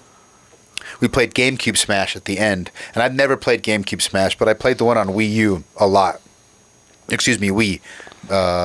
Brawl, Smash Brawl on the Wii, like hours and hours, because it was a game when I sold alarms.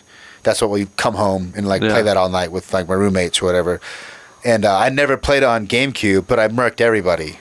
And the GameCube was like a little different. My timing was off, but like you said, that they have all the concepts are similar enough that all that experience on the Wii. Once I got a couple games under my belt, I just murdered everybody. Yeah. So I could see that even though it's a brand new game, it's not like you're playing other people who have no idea how to play Smash.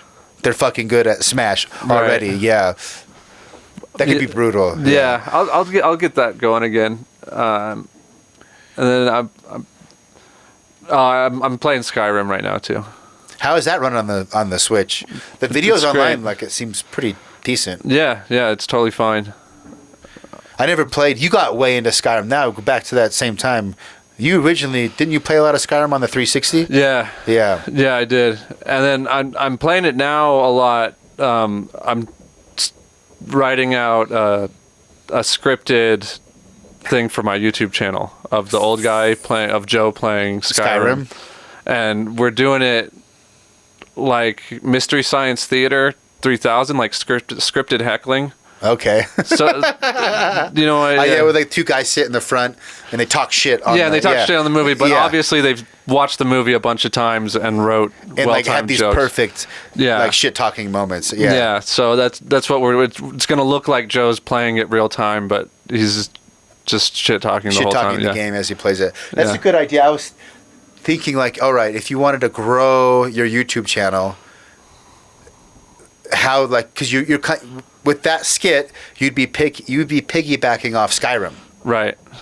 And doing things like that. Another skit where every episode you're piggybacking off something because like the hashtags or whatever, the search, someone types in like Skyrim, they come across it because of Skyrim. It's funny, and then a certain percentage of those people might convert into fans for the other content. Right. Yeah. That's a good move. 'Cause up till now, we've gotten zero assistance from the Google or the YouTube algorithm. Yes. And that is a huge part in growing an audience. And if you did more stuff, like that's why, like, have you seen all the videos that do music reaction videos? Where guys like listen to I've music. seen that before, yeah. And there's a handful of dudes that have huge followings, and you're piggybacking off the bands that you're reviewing, because that ends up. I mean, that's also how I make money on like. Yeah, you should definitely. It's good to be full on creative, but I think that if you took that perspective into mind with your ideas, like Skyrim's a perfect one, because you're gonna get traffic because Skyrim's in the episode. Right. And then whether it's like making fun of celebrities or political trends or whatever, like I don't think you should do that as like your main thing, because it would take the soul out of the show. Right. But maybe every couple episodes, or if you can find something that actually inspires you, but also has like some sort of brand recognition that you can get some viewership, might accelerate your growth. We got a big jump of subscribers. It took us from like early on, like 4,000 or 5,000 to 12,000 by doing a duo with a Fortnite gamer. And not a pro Fortnite guy, but he has like he does short clips, like comedy Fortnite videos. Yeah. Kind of this 16-year-old British kid, and we did a couple duos with him. He's got 2 million subscribers. So that you got a lot of carryover from that. Yeah. The problem with it is they're mostly literally 12-year-old, 9-year-old kids. They don't exactly understand satire. Yeah. But yeah, it's a good thing. But the good thing about that is, for the ones that do understand satire, you might be, like I said, that magic age between 12 to 17. True. Yeah. You might be their god. But you might be the one that pops their cherry, that blows their mind. Exposes them to like another level this of exists? comedy. Yeah. Yeah.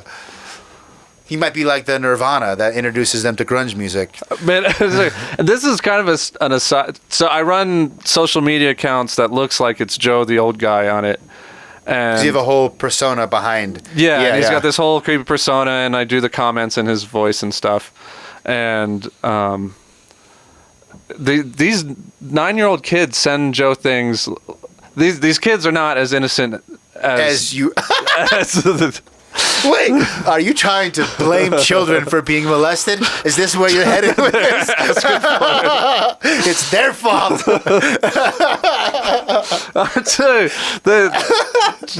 People ask Joe, when can I come to your boat? I want to sleep over. And they're not serious, but they want to entrap this old guy. But so they get the gig. Yeah. They get the joke, and they're playing into the joke. Yeah, and too much. Old man Joe, do you want feet? They don't say, but like, Joe, do you want feet pictures of me? From like a 9-year-old. Wow, that kind of creeps me out that they understand enough about sexual fetish. Yeah. And all that. There's a lot of nuance to understand. There's a lot of nuance. Or there's a lot of things creepy.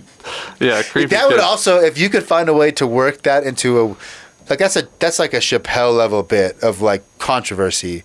I'm gonna try to blame children for being molested. Yeah. Like that's the concept. Like, you know what I mean? You could do it. I think there's a way you could do it where you could take people along and it would end up working out. Because, I mean, if you really think about, like, the same thing with Tony Hinchcliffe, like, his whole premise was, I'm defending Kevin Spacey for molesting boys. Yeah. And he did it in a way where you were laughing, and it was like... My favorite bits make, like, 60% of the audience laugh, 20% of the audience hate you, and, like, 20% don't even get it. Yeah. I think that's the best joke. But you have the mass appeal. Most people get it, and then they appreciate it for how funny it is. Like, I loved on the new Chappelle special when he was talking about abortion. And the punchline was something along the lines of, if you haven't seen it, I'm going to ruin it. But it's like, if you can abort the baby, if you have the right to abort the baby, then I have the right to abandon it. And it's like, that actually is a fair point. And he's defending a band, like, and it works. But it's also like, it shouldn't work. But I think you could do that. It'd be a little tricky, but I think the concept of blaming kids. Like, I think the concept of 2020 children aren't as innocent as they were in 1940. Yeah, and like they might be. Because there's that whole controversy about like, especially in back to Mormonism, like is it chastity? But what do they say? Modesty. The term is modesty, and like women, like placing the blame on women for dressing, like, and attracting rapists and attracting creepy dudes. There's all that, like, sort of, you can mirror all that controversy, but just swap out. Like, we're laughing because we know it could be funny. Like, neither one of us really think a child should be blamed for being molested. But it's also true, like you said, I can see a 9-year-old in 2020, a 10-year-old is going to be different. Like our mutual friend Sam was saying, like, he's surprised that like super young girls, he was on Tinder, he's our age, but like in their early 20s, how dirty and immediately and how quickly and like the way they say things, and he's like, this is different than when I was in college. It's like a totally different ball game. Yeah. I mean, I'm sure you can attest to that too. Like, and that's going to translate to kids. Yeah. No doubt. These kids, they live inside Instagram chatting all day. All day, yeah. The way that we did AIM, like get home and just chat all day, they have that going in Instagram, and they add Joe to these groups. And so he can see these groups. Yeah. So, and then as soon as he start, sometimes I'll jump in and just like fuck around and play. Yeah, fuck around. And usually there's someone like, "What are you even doing here, creep?" They know that power that they have. Yeah. They're aware of much, like you said, more nuance than you would give a typical 10-year-old to be aware of. Like, I can get this adult. Like, it's like that South Park episode where they get all the parents out of town by saying they got molested. I haven't seen that one, but that's a great premise. Yeah. Like they know that there's. I think in the episode they didn't even know what that meant. But they just it's a magic word. Yeah, say they got molested. That kind of creeps me out. Like, I have 2 little kids. Like, my thought is, if it's possible, I might be like that dick Amish parent. It's not even for religious reasons. I'm not gonna put it because of God or the prophet or you're a sin. Just, I'm not gonna let him do the social media thing. Oh yeah, it's not healthy. It's like, especially girls. Yeah. It's like, I'm terrified. Like, I think life was already hard for a girl. And I'm much more apologetic to sort of women's right things now that I have 2 daughters, and I'm like really starting to think about like the shit they're gonna have to put up with. Like, I get it, you know what I mean? Like, I still think some of that stuff can get a little overbearing and wacky, but I mean, here's my thing. Like, okay, yes, a woman shouldn't be blamed, or like rape shouldn't be justified because you dressed scant, like, right? It's not a free pass, like, I have big tits and a big ass and I'm showing off. That means come grab me and just do whatever you want. You're drunk. Come molest me. No, it doesn't. It's not justified. But I also tell my kid, don't fuck it. Like, it's not justified, but it's still going to happen because there's going to be an asshole out there that does think that. It's like, you shouldn't have to lock your door on your cars. Ideally, like, there shouldn't be people that still shit at your car. but there are assholes that will steal shit out of your car. So you can make a statement and say, well, I'm not going to lock my car doors because fuck those people. They shouldn't be assholes and they shouldn't steal shit. That's great, but shit's going to get stolen out of your car. Right? And so I would tell my daughter, like, you can do whatever you want, but just know the amount of unwanted attention you're going to get is going to be directly parallel to how you dress. It should, it sucks that it is that way. Yeah, but it is that way. And especially until a certain age, they really don't understand what that attention is. No, and they young know girls it's aren't. Like, you probably saw, like, when a young girl gets hot, like, 7th, 8th grade, like, she gets boobs and an ass and curves, and now she's getting attention from seniors. And, like, that's a setup for a ruined child. Right. That's a teenage pregnancy. That's a stripper. That's, like... That's a bad, because like they're not ready for it. They're not ready for that attention. They don't know what it means. They base their like value out of, they're not ready for it. And I think, man, that whole social media, like girls chatting on like that, to say that you say that, like my little sister-in-law, what do you call it? My wife's little sister. Was that what you call it? Sister-in-law? Sister, we were at Christmas. She's 18. And like you said, the amount of messages she sent on Snapchat in like the 15 minutes that I just observed her being on Snapchat was like 40 or 50, multiple groups, different groups. And I'm like, then I think about, I saw her on her phone all the time. Like she's literally chatting like 20, 30 people all day at the same time, hanging out with the family. Yeah. And that's how she goes all day, every day. That kind of attention and power and social credit is not, I've thought of it like, if you're born like a trust fund kid, there's a chance you could turn out a well-rounded person, but probably not. Probably not. Yeah. And I think most like notably gorgeous girls, they can turn out a well-rounded person, but they're probably not. That's a tough thing to grow up with. Yeah, I think you're 100% right. And I bet the percentage of gorgeous girls that get fucked up is now higher because of social media. Absolutely. If you were a gorgeous girl in the 80s, you would get a little bit of like unjustified attention. It would kind of fuck your radar up, kind of like mess your sensibilities up a little bit.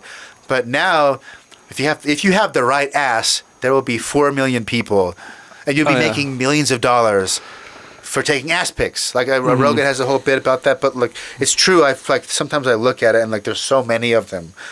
And because and then they have those like OnlyFans, like where you can get like the pay money to get like the racier videos. And on Reddit, I'll read like what a lot of people will say about these girls is like they're fucking crazy. They're hot, I believe but they're it. Yeah. like just even when because I've never paid for an OnlyFans one because you can find that shit for free.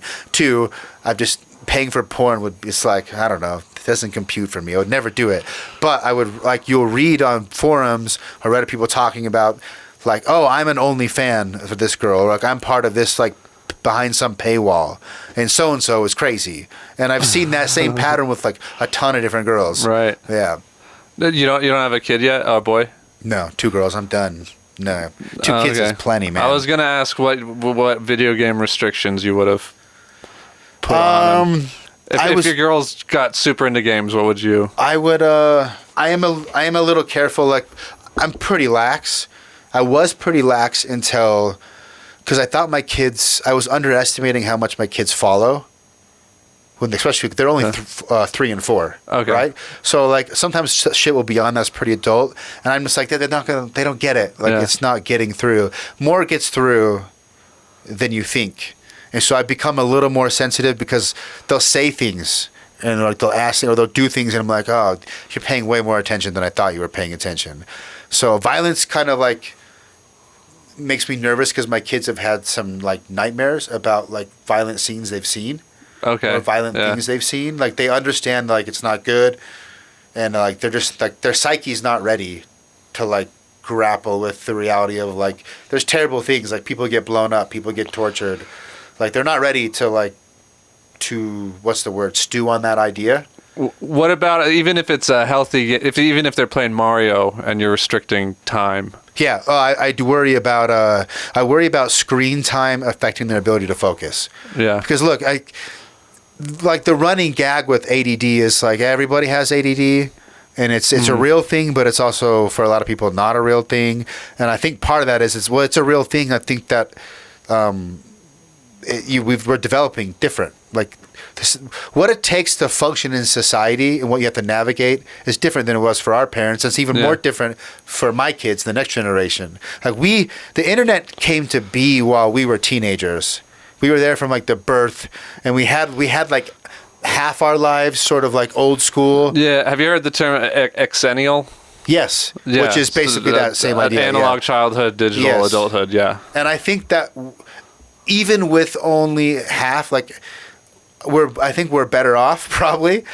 But there's still a lot of people in our generation that are like, they're just not functional. That I think might have been functional without all the technology and the screen time. So in general, to go back, like, yeah, I do worry about screen time because you can see really quickly at a young age, like how captivated a screen can be, how sucked in, and then you can see their reaction when you take it away and you're like, this can't be good. I think of how addicted I was to Road Rash and Double Dragon and how I would respond to the pure heroin that is Fortnite.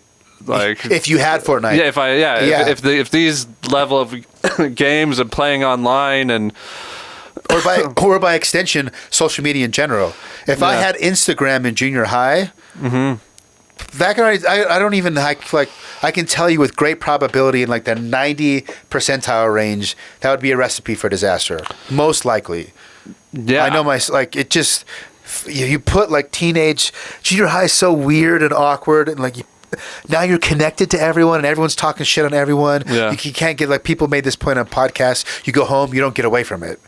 It's like school stays with you all day. And I think for women it's even harder because look, sex has value in the marketplace of society. It actually has a lot of value. People say but I mean, you can get money for sex. You can make money for sex appeal. A lot of money. And I think, but it's not the only value that a female or a man. Sex appeal works for men. It's not quite the same. I guess bodybuilders can make a shit ton of money. But I don't think there's any dudes out there. Like there's one girl, I read she has she's the biggest Insta thought, whatever. It's like 41 million or something retarded like that. I don't think there's any dudes out there that are like making the same level for just being hot as a girl. And I think that can mess a girl up. I think social media and technology, games, is dangerous. Maybe it's because I have girls, but I think it's more dangerous for girls than it is for boys. For getting just completely like your wires crossed wrong, developing the wrong way. I think girls got to be a little bit more precarious about navigating that than a dude. But the dude though. I mean, it's bad for both, really. Yeah, it's bad. Like, I played a lot of games. There's no internet. I spent a lot of game, like especially junior high and high school, but I never felt like it made me unbalanced because I still had a social life. I was playing sports. I did music. I played drums. You know, you have a lot of free time as a kid. Like you can have like 4 hobbies that you spend a lot of time on because it's like school and that's it. Right. That's it. As an adult, that's the way there's never be I don't know. I'd be interested to see like what's like the next generation ends. Like, I already know suicide rate to a certain extent is going up. But my guess is like our generation suicide rate probably jumps a tick. And the next generation, I bet it's going to jump a tick more when it's all said and done. Yeah. And I think technology is a big part of that. Yeah. Well, if you were planning your best, I hate this phrase, your best, how much, if you're planning the perfect week. For my kid? No, actually, for yourself, you're doing everything you want to do, like you're working, you're working out, whatever, how much video game time would I allot where you have enough where you enjoy yourself, but you don't feel like you played too much? Enough to, I like to consume other people's creativity. One, as it's enjoyable. But I think the value is you consume creativity to power your own creativity. Yeah. So I would say if I was being perfect and I wasn't indulging in any escapism or being laziness. Yeah. So like, I would agree that like playing Fortnite is less healthy than an RPG. Probably, yes. it's because you're not It's like pure exercising crack. your imagination. There's no there's no narrative. Yeah. So I think the way I justify games is like either the podcast is creative, the music making is creative. I do like doing visuals. So like if it's feeding my creativity, just enough to do that and no more would be like the perfect. So if I had to guess, because I spend a lot of my day job's in front of a screen too, and that's a problem. And I've had to model my life around making up for the fact that I sit in a chair and look at a screen for 6 to 8 hours a day, no matter what. Right. Like that's happening, and it's gonna keep happening for the foreseeable future. That's not good for you. It's not for sitting eyes, and so my morning workouts and my night work, it's all a lot of my exercise and other things I do is all built around trying to balance out the fact that I'm going to be sitting, and I don't want to like degrade into a terrible lifestyle where I can't, you know what I mean? My body hurts and I'm like bent over and my posture's fucked up and I can't see because I only look at one distance, you know. So I'll literally go for walks and like focus at the mountain, then at the trees, then at cars, and make sure that I'm getting eye time. And so I would treat, if I was being perfect about games, I would treat games the same way. What's the right amount where I get all the benefits? The using my brain, the creativity, fueling my own creativity, giving me ideas for music, following some, like listening to the story and thinking about the concepts. And then when you start going to that realm of where now I'm just like avoiding work, smoking weed and playing video games to avoid work, then like I would stop there. And that's a long way of saying I don't know what the time would be. It might actually depend on the week. Yeah, on your whatever what I mean? The rest of the context. Yeah, the context of the week. But I talk about video games way more than I play them. I played a little bit because of Christmas break, but I would say, well, one, I beat 2 games the whole year. Yeah. And I probably played, like put more than an initial like hour to try it out, like 10 games. So that's like a little less than 1 game a month that I'm trying out, and I beat 1 game every 6 months. So if maybe I'm playing like, that would work out to be like an hour and a half every week and a half, 2 weeks, something like that. But that doesn't count TV. I watched The Witcher. Right. I wasted time on TV, so that's a good question. The reality is I've always been this way. I go through blitzes and like feast and famine. And I don't know if this way with comedy. And instead of trying to like turn myself into a machine that's like, I do this much of this every day, I try to ride the wave. So it's like when I'm in music, like when the music's coming to me, like it'll obsess, and I will skip jujitsu, I will skip working out. It's like obsesses me, and I'll spend like 3 weeks and I'll crank out like 10 songs. And then I won't feel like making music. And then like I'll watch movies and that will like recharge and build up. And now if I wanted to be a pro musician, if I was still trying to do that, I would not recommend. Like you got to be all in. That's a hobbyist. But now that's what it is. It's a hobby, right? I make my money elsewhere. Right. So now it's like with my free time, I'm going to enjoy the creativity that I have. So it might be like I got really obsessed with jiu-jitsu like last year. Like the first year I did it, it was 5 to 6 days a week, like 3 to 2 hours, 2.5 hours by the time and like that's it. I did very little music. But then like I'm still doing that 3 to 4 days a week, but then I have the spurt with music. Then I'll have a spurt where a game will catch me. Then it'll be a TV show. Then it'll be like lately it's been drumming. I've been way back in it. Like, I'm drumming every day. And I think that if you're not trying to be pro, that's a healthy way to spend your time. Just kind of like you do your work, you do your maintenance, and then you sort of just go with the flow. Yeah. For the extra. If you're trying to be a pro comic or that's not how it works. I would not recommend structuring your life. I would not recommend if you're trying to make it as comedy, like I'll just do comedy when the lightning strikes me. No, it's not gonna happen. Grinding is necessary. But I do think that there is, when you're grinding, you're gonna have times like drumming. I did like 7 hard years. I want to be a drummer. I did 5 hard years of music production. Like there are times when you're grinding, and then there are times when you're grinding, but you also have the lightning. So it's like extract as much forward momentum and growth out of that as you can, because like the wave's going to come back down, and there's going to be another period of where I'm just doing my 5 sets a week, and every one of them sucks, and I hate this. But I just know that that's part of the process. Yeah. Yeah. Well said.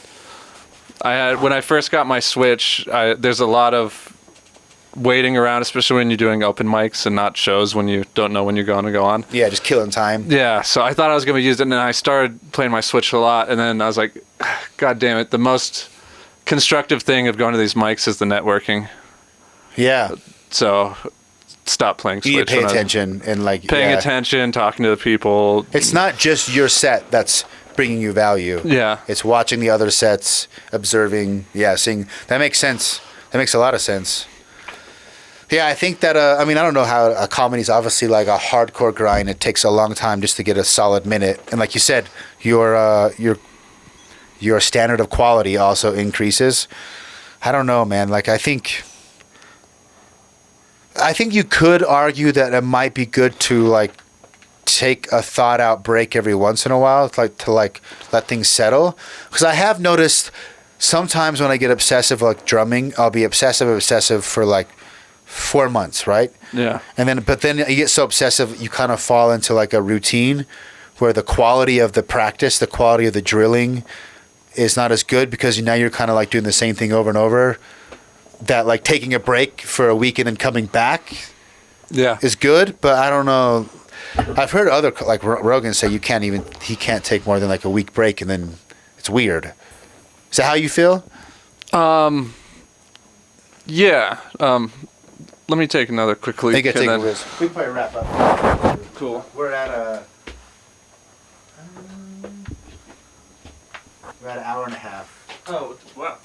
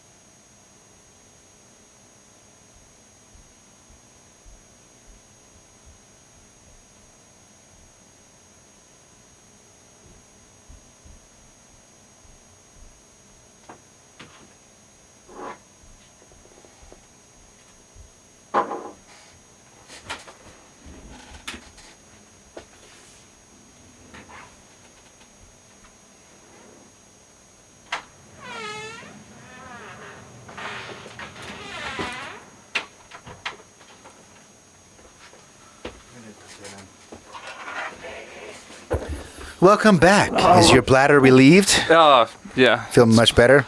We were saying... I pooped. I was actually thinking the whole time, remember what we were talking about so you can pick it up. But then fucking Instagram caught my attention, and now I lost it. Oh, I mean, you're asking if taking breaks in comedy, and I never take full out breaks. I'm always going up at least once a week, but kind of like you were saying, I shift focus between heavy into YouTube sketch creation or leaning heavy into my own act and doing stand-up, which is good.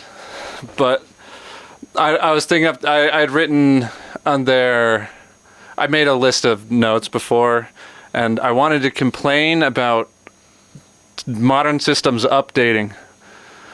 Yes.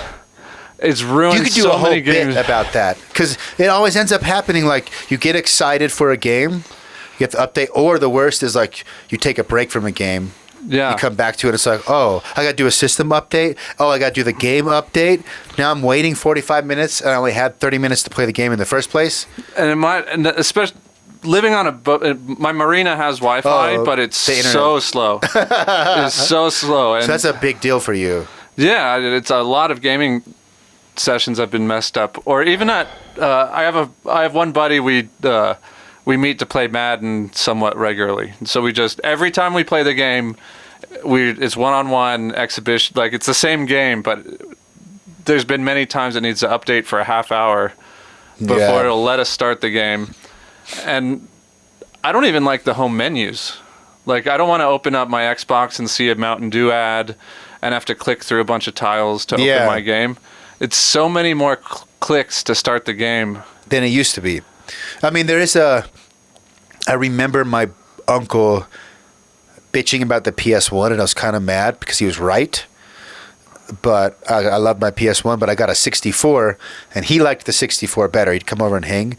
He's like, don't you like the 64? Because you just put the cartridge in, you hit power, boom, start menu, you're gaming. The PS1's got to go through two boot loading screens. It loaded a lot. And loading all the time. It took a long time on the PS1. I love the PS1, but he's right. And that's gotten worse now. Because then you got to boot, then you got to go to your menu. I mean, I get it. Modern consoles have more, what's the word? Functionality. Yeah. Or versatility. Yeah. Because you can watch your Netflix. But a lot of that stuff is junk. Like, even just my you brought it up, I thought, like, if there's so much shit on my PS4 that I've, like, the boxes on the native home menu, I've never touched, and I will never touch them.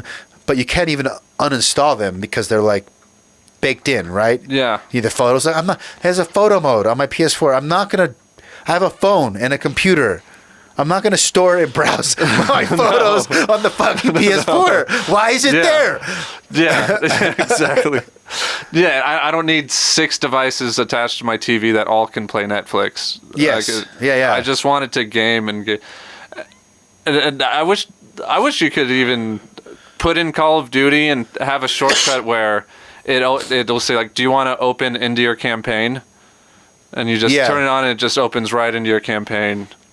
Or there's a really awesome touch of an indie game that just came out called Indivisible. It's just I'm giving them a shout out because I like indie studios. It's a Kickstarter game. It's awesome. But one of the touches they had is I like that even in games now you have these crazy menus. It gets complicated. This game, like, it shows they made the game to be good. There's no menu. There's no nothing. When you start the game, like, you can access a special menu if you need to change settings, but that's like you have to go out of your way. If you just let the game do its thing, as soon as it boots, it just loads to the title screen comes up, and it loads you at the background of the title screen is wherever your most recent save is. That's you know what I mean? Yeah. So it's like you don't even hit start. Mm-hmm. It just goes indivisible, and you're already there at your save. Yeah. Unless you tell it to otherwise do that, it does exactly what you're saying. It automatically loads to the campaign where you're at. And it's the genius. I like that game 20% more because of that one little thing. Yeah. It's so nice. Yeah, I wish maybe you could do the counter the devil's argument. If I'm Sony, it's like, well, yes, you don't need 6 devices that play Netflix, but this kid, his only device is the PS4. Sure. And that might be part of the reason why they chose. But at least be able to, take it off. Yeah, take it off. Customize or what if they had like the PS4 Lite? It does nothing but game. It doesn't have any of the extra stuff. It just plays games. That's all you want it for. And it's $50 cheaper or $100. But that might be, I don't know, that might not be worth it. But yeah, at least take it off and maybe customize the PS4. I only want, this is game mode only. I don't. Look, my TV has a game. What if you had game mode? It just turns all that off, and all it does is load the game in the disc. Yeah. When I go through phases, I'll get a new game, and then 90% of my gaming will be that. Yes. For the next few months. I don't do anything else with the system. It'd be nice if you could do it. Yeah, loading the updates. Man, you're right. That's one of those things you get. What's the word? It's update happening. But it happens to me all the time because I don't play my PS4 very much. Yeah. I mainly play PC. But every once in a while there'll be a PS4 exclusive, or someone will lend me a game so I can play it for free on PS4. And inevitably, if it's been over a couple months since I've touched the PS4, and I never think of it ahead of time. It hasn't happened to me enough that I can prepare myself for the letdown. I get all excited, put the kids to bed. I'm like, I'm going to go play the new game, but I haven't touched my PS4 in 4 months. And it's like, now my kids are asleep. I got my free 45 minutes. I sit down and put the game in, and then there's that moment I'm like, you must do a system update before you can play this title. Yeah. And then it's then you have to do the game. And it's because the game, I had the disc, and since the game launched, it's had like 10 patches that it won't let me play the game until I go through all those 10 patches because I'm playing the game a year and a half late or something like that. Yeah. And you end up, I've had multiple times where my entire time I had set aside to play the game was taken because of updates. Same, yeah. It's bullshit. Yeah, it's bullshit. As an OG gamer, it's very, very frustrating. Yeah, the NES, You just instant. Yeah, or like 5 minutes of blowing into the cartridge. Yeah, that's true. But the Genesis and the 64, I never had issues with. The games were durable. Yeah, You just put it in, power button, boom, Sega, title screen, press start, you're in. Yeah. What was your blow method for the NES? I would do it straight up and down, perpendicular or parallel to me, like 3 blows. I would sometimes blow in the actual NES, but that was like desperate. That was only if round 1 of regular blowing did it. It would be like 3 quick blows, throw it in. If it didn't work, pull it out. I would do like a long up down. It's funny, I remember. Like really all the way up and down, throw it in. That didn't work. Then it was pick the NES up, blow in the actual case, and sometimes it wouldn't work. The game would die. I'd like to see that set like a pie eating contest of a bunch of people with a bunch of Nintendos. And just passing out. Try who can get them all started first. Yeah. I did shirt over the game. Oh, because that's like a little screen or something. That's probably smarter because you might blow more dust into the game. I guess. I don't know. Did you ever notice a higher success rate with your method? It felt like, and then I know this didn't work, but I would rub that little indentation on the little thing sticking out. Yeah. Yeah, and funny thing. I had that reminds me of a great story. I think I've told it once on the podcast, but you of all people appreciate this because of growing up LDS. So I was like all in, like hardcore believer. I like would pray all the time. Nothing would ever happen, right? But that's my fault because I'm not praying good enough and God's timing. Whatever. Never dawns on you. You shouldn't have masturbated. They shouldn't have masturbated. Whatever. So that I'm in that whole cycle. Full on believer, and it wasn't NES, but it was PS. You didn't play PS1, but disc scratching was like a legitimate problem because super legitimate problem. And I was playing Final Fantasy VII, which is like this. You prayed to fix the disc scratching? Oh, I prayed. Dude, I prayed so hard. So I got to this point. Final Fantasy VII is like 4 discs. Yeah. And it had like these really, at the time, groundbreaking cutscenes where it was just like computer CGI and you just watched it. Yeah. But if the scratch was on one of those cutscenes, like the game didn't know how to like reload and reset or skip past it. It would just freeze the game on the cutscene. And it happened a bunch, and I had like a Game Doctor gist, and I got through like a Game Doctor, like the spinner thing, yeah. And or you could take it to like Games Crazy or Hollywood, and they would clean it for you. And I ended up on the 3rd disc, which was 3 out of 4. Oh, actually, Final Fantasy VII was only 3. I think it was only 3 discs. It might have been the second to last disc or the last disc. I was pretty far into the game. I loved it, and I got to a cutscene that I could not get past. And yeah, I eventually broke down, and I remember like in tears, like this is how important the game was to me. And I also like in Mormonism, the sincerity of the prayer is supposed to like make it possibly work better. Yeah. Do you know what I mean? So it's like I thought it was good that I was like weeping in tears. Like I would say like I would try to like bargain with God, like for every hour I play, like I'll do this good thing, I'll pay tithing. Or needless to say, the game never worked. God never fixed my disc, and I ended up buying a new copy of the game and beating it. And that's one of the first moments. I was like, this prayer thing. It didn't really dawn on me until much later. But later, talking about it, I've been laughing about like that. I was at a point. I was like praying to God to fix my Final Fantasy VII disc, and it didn't work. And didn't shake my faith at all. That it didn't work at the time. It didn't even bother me because again, it was my fault. It was my fault it didn't work. But yeah, I never had that with NES, but I had that was just one example. But disc problems all the time. On like those discs were like. I became religious about how I put them back in the case because I don't know if like CD technology got better with the PS2 and the 3 and all the new, like discs don't seem as sensitive. Like they can get kind of thrown around, scratched up, they still work. But on the PS1, it would ruin games really easily. I I actually did have a PS1 at the very end of its life cycle. I forgot how I got it, and I took it down to Mexico and got it hacked and put one of those chips in it. Oh yeah. And then and you had like all the games. Yeah. I bought like 50 games, and I think I only played like 6 of them. Does anything stick out? Do you remember from playing on it? No. I bought a bunch of trash games and played them for Mexico, like 2 minutes each. The PS1 is an interesting console. It has like 680 US games, like a lot of games.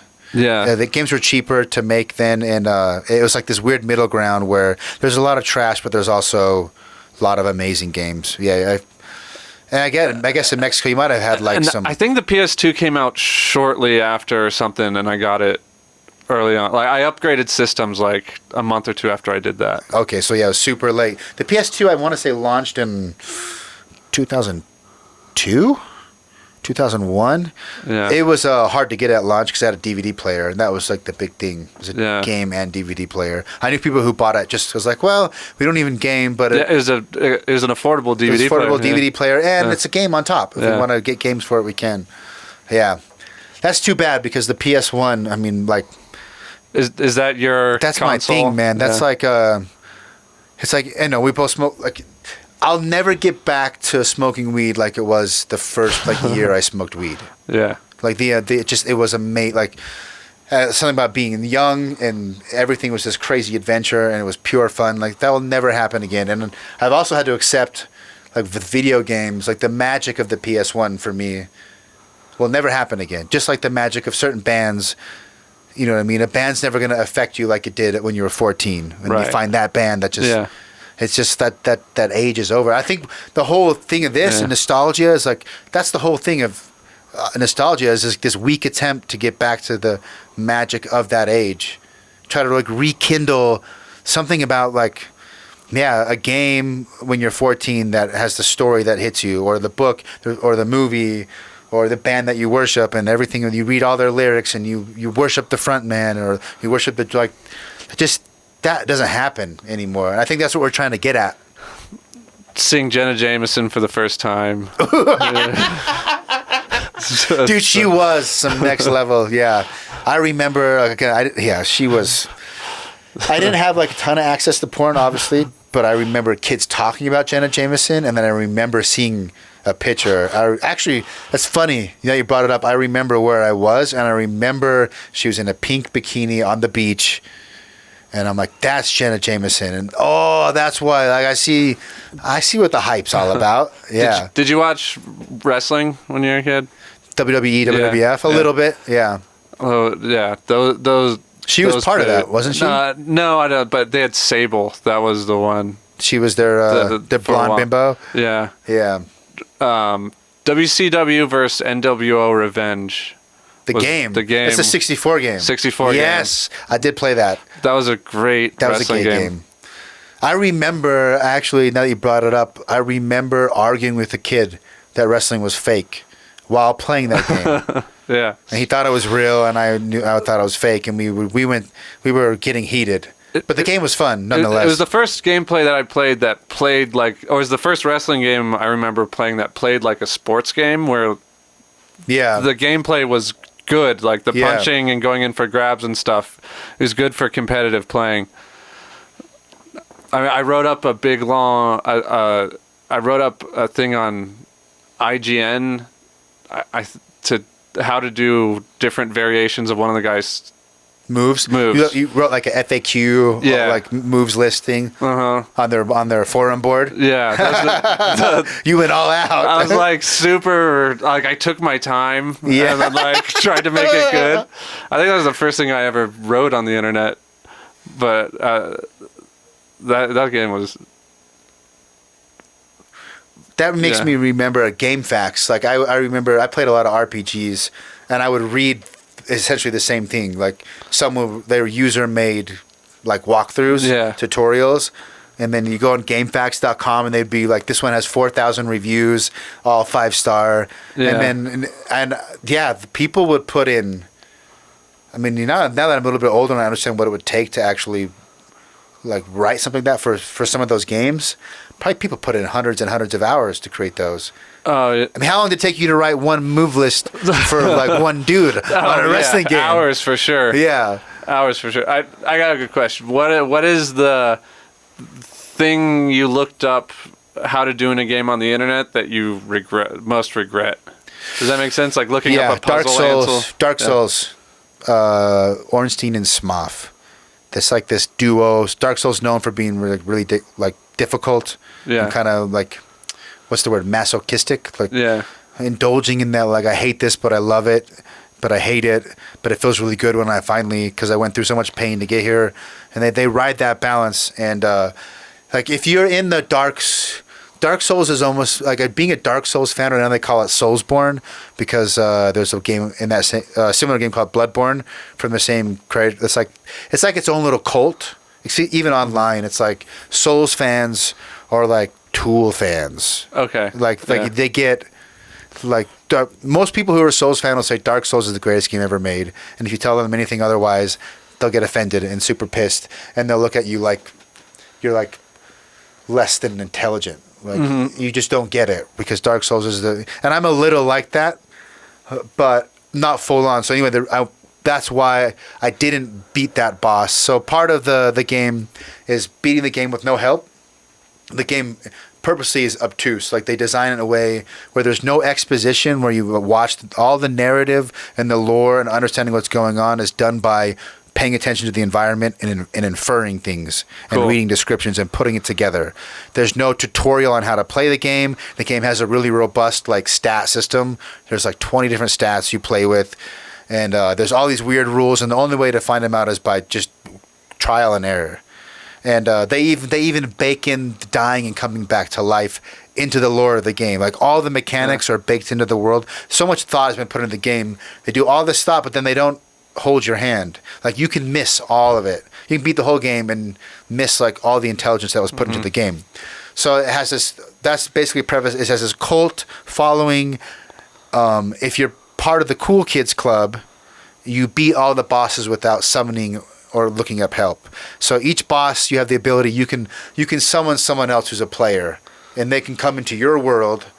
And they may have already beaten the boss 100 times, and like they'll show you, like you'll see, because you see their ghost, right?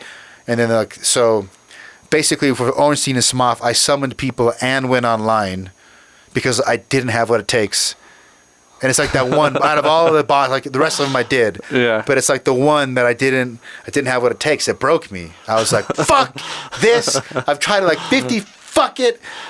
And went online, and then I even started summoning people, and it still took me like 10 to 20 more tries even summoning help, which just rubbed like the ego even worse. It's like I can't even beat it summoning someone. You know what I mean? So it's like, and if a true Dark Souls person would like, I wouldn't be part of the cool kids club. They would be like, yeah, you're in the Dark Souls, but you're not R tier, because like you to actually be like God tier Dark Souls is no internet, no summoning. And you beat everybody. The summoning summons people who are live online. They're real players, like real human players. So, like, I could be stuck at a boss, and you like basically they have this mechanic. It's a soapstone mechanic. Yeah. You have a soapstone which you write on the ground like a symbol. Yeah. And then that symbol will appear to thousands of other people. And then someone goes up and they accept it, and that'll teleport them from their world to your world. And they can stay for basically just to help you with the boss or with other. And they can come in. You can summon up to 2 people, so you can get 2 helpers. So for that boss, I would summon both people, and there's an AI person that the game gives you. So I had 3 helpers and me, and I still couldn't beat them. So like that's a big. And I went online and like read like tactics, strategy, and all that stuff, and I still had a really hard time. And if I would have not done that, I could say, well, I went through all of Dark Souls 1 and beat everyone legit, but I haven't. There's that one boss. So when I hang out with like core, right, I'm not the cool kid. But that's a cool game mechanic, though. Very cool. That'd be fun to just show up in other people's games and save the day, or ruin their day. So Dark Souls, because it has that like draw for people who like the what's that? How do you say that word? Masochistic. Masochistic, yeah. Yeah. People who have that masochistic tendency they also like enjoy to give it. So, for example, you can summon someone that, and they don't necessarily have to help you with the boss. The game also has a lot of exploration. Like, did you ever play Metroid? Yeah, like Metroidvanias where you like explore things, you get abilities, you come back. There's a similar mechanic where each area there's tons of secrets. A ton of secrets in that game, and it's very confusing, and you have to memorize the map. So sometimes people will lead you through the area because another mechanic the game has. You should just play this game. I'm going to sell you on Dark Souls because here's my missionary work. It has this other mechanic with the bonfire system. So when you die, you lose all your souls, which is basically your currency to upgrade, level up, make your weapons better, buy gear. And if you and then you get resurrected at a bonfire. A bonfire is essentially a glorified save point. And then at that, and you come back to your save point and you lost everything. But if you can make it back to where you died and touch your corpse without dying again, you get all of it back. Cool. And then they make in between bonfires. They're really good at spacing out like the difficulty. So like to get from bonfire A to bonfire B could be really hard, and you might die 100 times figuring out all the enemies and the secrets to get there. But once you get to bonfire A and B, now if you die, like you have a close point to go to, you're familiar with the level, you're not as that much risk for losing all of your experience. Souls, and you can only use your souls to level up at a bonfire. So I might be like going out from a bonfire, and I'm like, I've gained 20,000 souls, and I'm like way deep into the next area, but I don't know where the next bonfire is. So I have a choice of like, I can either risk it and go forward and end up dying, and the chance of me coming all the way back without dying again is low because it was hard to get to this point, or I can backtrack all the way back to the bonfire I started at, but when you rest at the bonfire, all the enemies respawn. So that means you got to fight them all again on your way back to. So it puts you in this like, you're in this constant conundrum. Well, anyway, I summoned a guy because I didn't know where to go, and he helped me. He find a couple secrets. There's like hidden walls. So, but the ghost, if you summon in, you can't activate hidden walls. So what they'll do is they'll just sit and bang on a wall. Because there's no chat. There's no typing chat. There's no voice chat. All you have are like some emojis, but it actually makes it more fun because you can't like full on communicate. So like they'll like go over to a wall and they'll like shake or like roll around like, oh, they're trying to say that's a hidden wall. You hit the wall dissolves. It's like a treasure chest. So he does this like 3 or 4 times, and he's leading me through an area where there's all these like secrets, and he's showing me where to go. I'm like, sweet. This is actually Dark Souls 3, I think. Dark Souls 1 is the only one that I tried to like do OG. The rest of them, as I got older and have time, like I'll take the help. So you should, if you want to be a true Dark Souls, you would never summon someone to like, but the option's there if you want. But anyway, he basically got me. He also there's sometimes like secret ledges where it looks like it's a cliff, but if you can't, like the way you move the camera, like, oh, if I drop down, there's actually like a hidden cave there or something. Right. And then sometimes people will write messages, and they can like say like treasure chest below, and you'll see people's messages. Well, I saw a message on the ground, like an inscription that said treasure chest below, and the guy who had helped me. He had like go through the whole thing. He showed me all the secrets, got me all these souls. I had all these, and he like points. And so I'm like, sweet, there's a treasure chest down there. And I just fall to my death, and I lose everything. And it was right before the next bomb. Now I went back and played it again. He took me all the way to like where the checkpoint was, and then told me to jump off a cliff. I gained his trust, and I did it. And I just jump off the cliff. I lose all the souls, but he still helped me, right? Because it's just like that's how the community of the game is. Like they'll help you, but they'll also fuck with you. And there's also a mechanic where you can invade somebody. So you can do a white soapstone, which is like, hey, I need help. Come into my world and help me, and you can accept it. You can also do an invade where you write a red soapstone, and it will pick a random player on the server, and you invade them, and your job is to kill them, to find them and kill them. They're already fighting enemies and like trying to figure the game out. But there's like certain covenants, like basically they reward you for both. If you help someone if you help them beat bosses, you get like certain tokens, and there's the one certain vendor that will take those tokens, and you can get certain gear that you can only get by helping people. Then there's also like gear sets that you can only get by invading people. So also what will happen is you're like 20,000 souls. I don't know where the next bonfire is. I have no more healing potions. Like, do I go all the way back and reset, or do I try? I think there's a bonfire, and then there'll be a little message. Tim Spencer 6969XXX has invaded. Fuck! Because their job is to find you and kill you. That can happen anytime. That can happen at any time. Oh, that's great. So that's always there. Yeah. And then you're like, shit, and then you're like, I gotta hide. But you can hide from them. Like, they don't know where you're at. It'll spawn them sort of in the area you're at, but they have to come find you. So then there's been times where like I've literally like Holocaust survived, like the Nazis, like I have nothing left. It's like, but if you hide from him long enough, his session will time out and it will take him back. And where I've like didn't want to lose my souls, wasn't confident enough, and the game takes this whole different turn where now it's like a stealth game, and I'm like trying to like, okay, because you can see him in the distance, like I'm gonna hide here. I know he's gonna check over here. This is a common area, and where I've hid, it's like it's an amazing game. The problem is now it's older, so maybe the community won't be as like robust. Oh, right. Like if there's no one online playing, there's been times like if I'm playing at a weird time, I want to summon someone and it'll just sit there forever because there's just like nobody there. And it also has a level matching system, so there might be 100 people playing, but if they're all 50 levels above you, it won't let them go into your game. Right. So that would be the downside if you play it now. But it is Dark Souls Remastered is on Switch. Really? Yes, it's the original game remastered for Switch. I would recommend it. Like if any of that intrigues you a little bit, I think it's worth getting on Switch. Yeah, that'll be the next game I buy. And you can do the loading and going into people's games. Yeah, and stuff all too. the multiplayer stuff, and it maybe because it's semi-recent on Switch, like the community's like I know a kid I train with who's bought Dark Souls on PS3, PS4, PC, and he bought it again for Switch. He loves it, and he plays it on Switch all the time. So there's definitely people playing it. Yeah, you should get Dark Souls. And if you ever like hang out with like in the comedy crew, like run across someone who's another Dark Souls fan, and if you played, you two will become friends immediately. Because it's such like the game is so hard, it makes nothing's forgettable. Like someone can say, man, I had a really hard time on that third ledge in Blighttown. Yeah. I'll be like, I know exactly what you're talking about because I've also memorized the whole game. Because it's so hard, you become intimate like with the entire game. I've had a little bit of that experience talking with people about Cuphead. Cuphead? Yes. Cuphead is like, I haven't beat it, but I haven't beat it yet retardedly either. hard. Yeah. It's super hard. And then when you talk with people about it, there's like a going to war brotherhood. You feel like a shared sense of trauma. Yeah.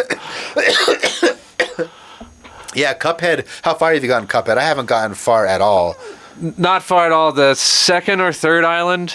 That's way farther than me. Definitely past the first island. I think just on the third one. I don't know how many islands there are. I backed that game. It was like a Kickstarter Indiegogo. Oh, did you? Yeah. Cool. Way back in the day. I got it on PC first. Then I bought it again on Switch. Because the Switch, I basically, anything that's like retro, like old school pixel graphics, even if it's on PC or PS4, I just get it for the Switch. Right.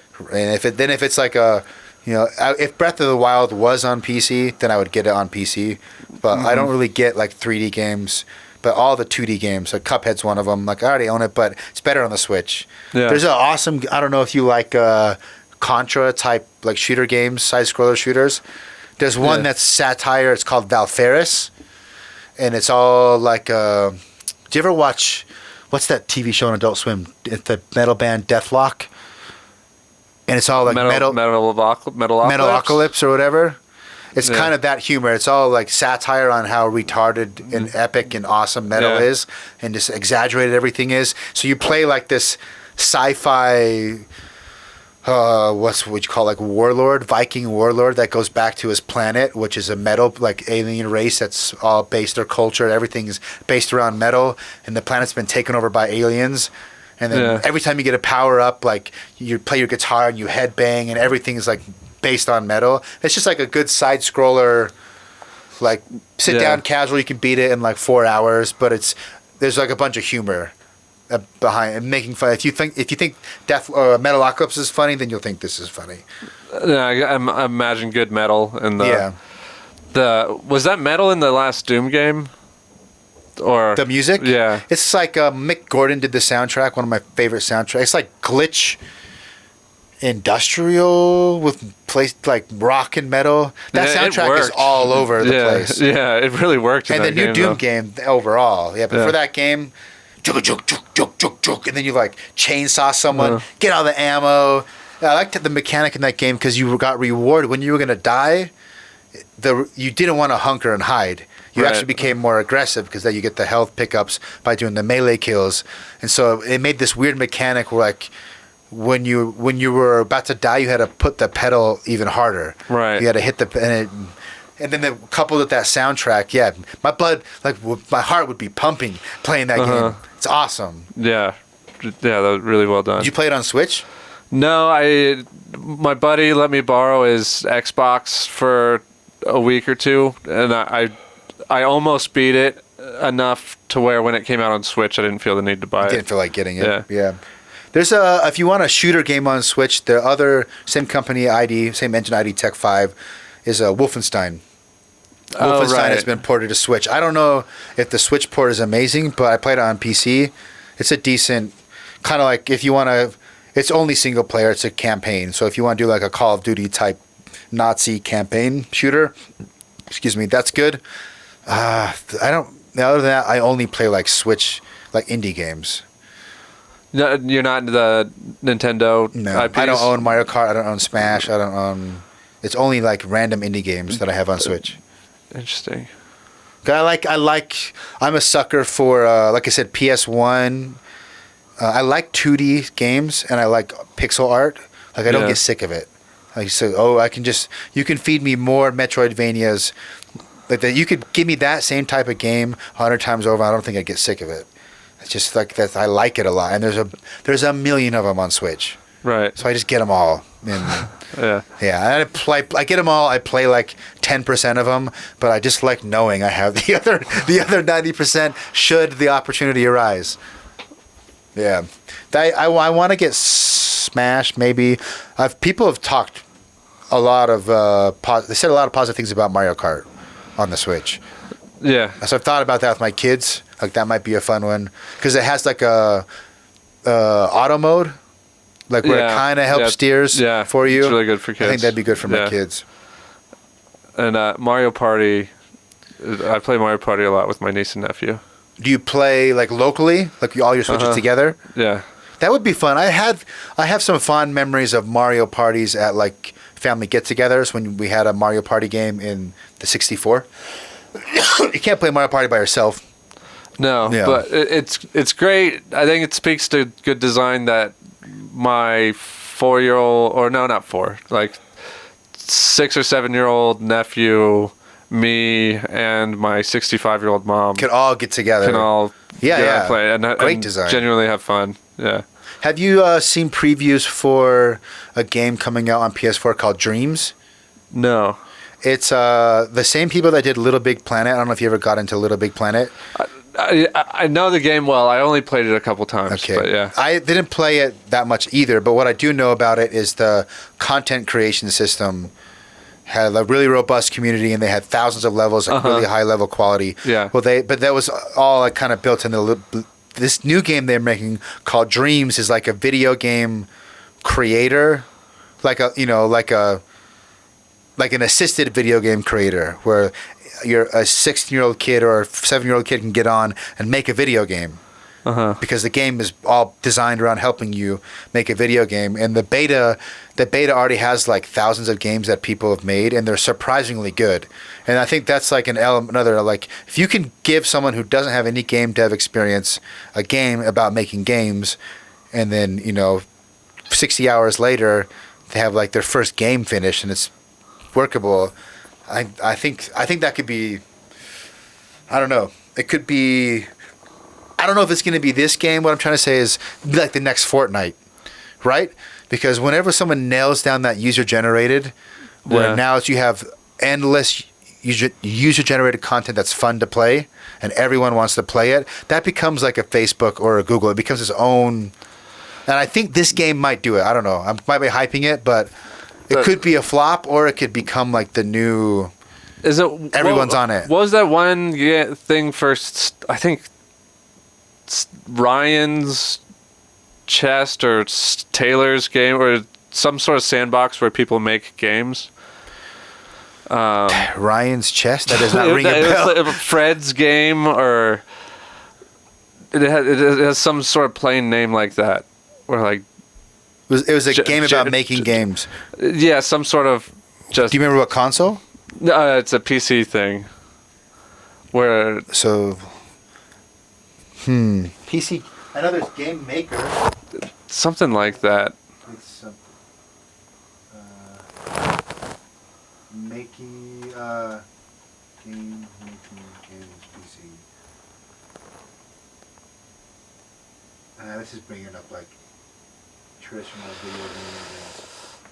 I don't know. It's not an original idea. There have been Game Maker games before. It'll come to me later in the day. I'll text you. But it seems like the previews from this game is like they've been able to design it in a way where everybody can, like with a low barrier to entry, someone can create what's in their mind and make a game out of it. And if they really pull it off, I think that could be like Mario Maker 2. I don't know if you've been playing that on Switch, but a bunch of dudes in that podcast I did, like 4 out of 6 of them said Mario Maker 2 is their game of the year. Oh wow! Because you have access to Yeah. thousands of these, and they all say the same thing. Like the creativity that you can find levels that are so creative that they would never be in an actual Mario game. It's because someone's like looking at the tools and be like, well, what if and they're thinking outside the box. Yeah. And they create something so random and different, and they said it's a blast. And there's a great rating system apparently, and finding levels to play, good levels to play is really easy. And it's like people can make their own Mario levels.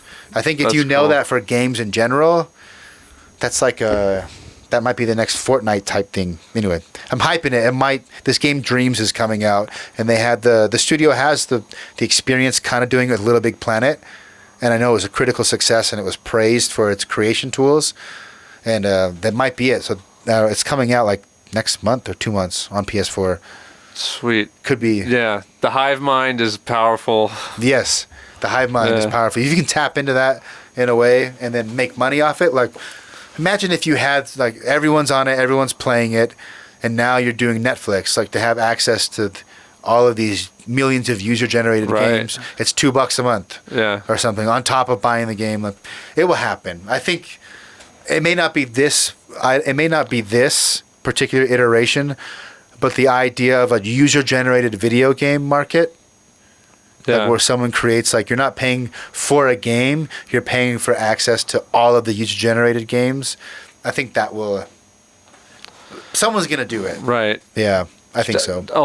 Yeah. It feels like almost making like a Squarespace for game engines. For game engines, yeah, Where you can, yeah, if you have a vision, you can put it together. yeah. And it looks like there's the versatility from this trailer that I saw for the game is you have like there's 2D games to full on like 3D racing games, and all built apparently with this game engine on the PS4 using a controller.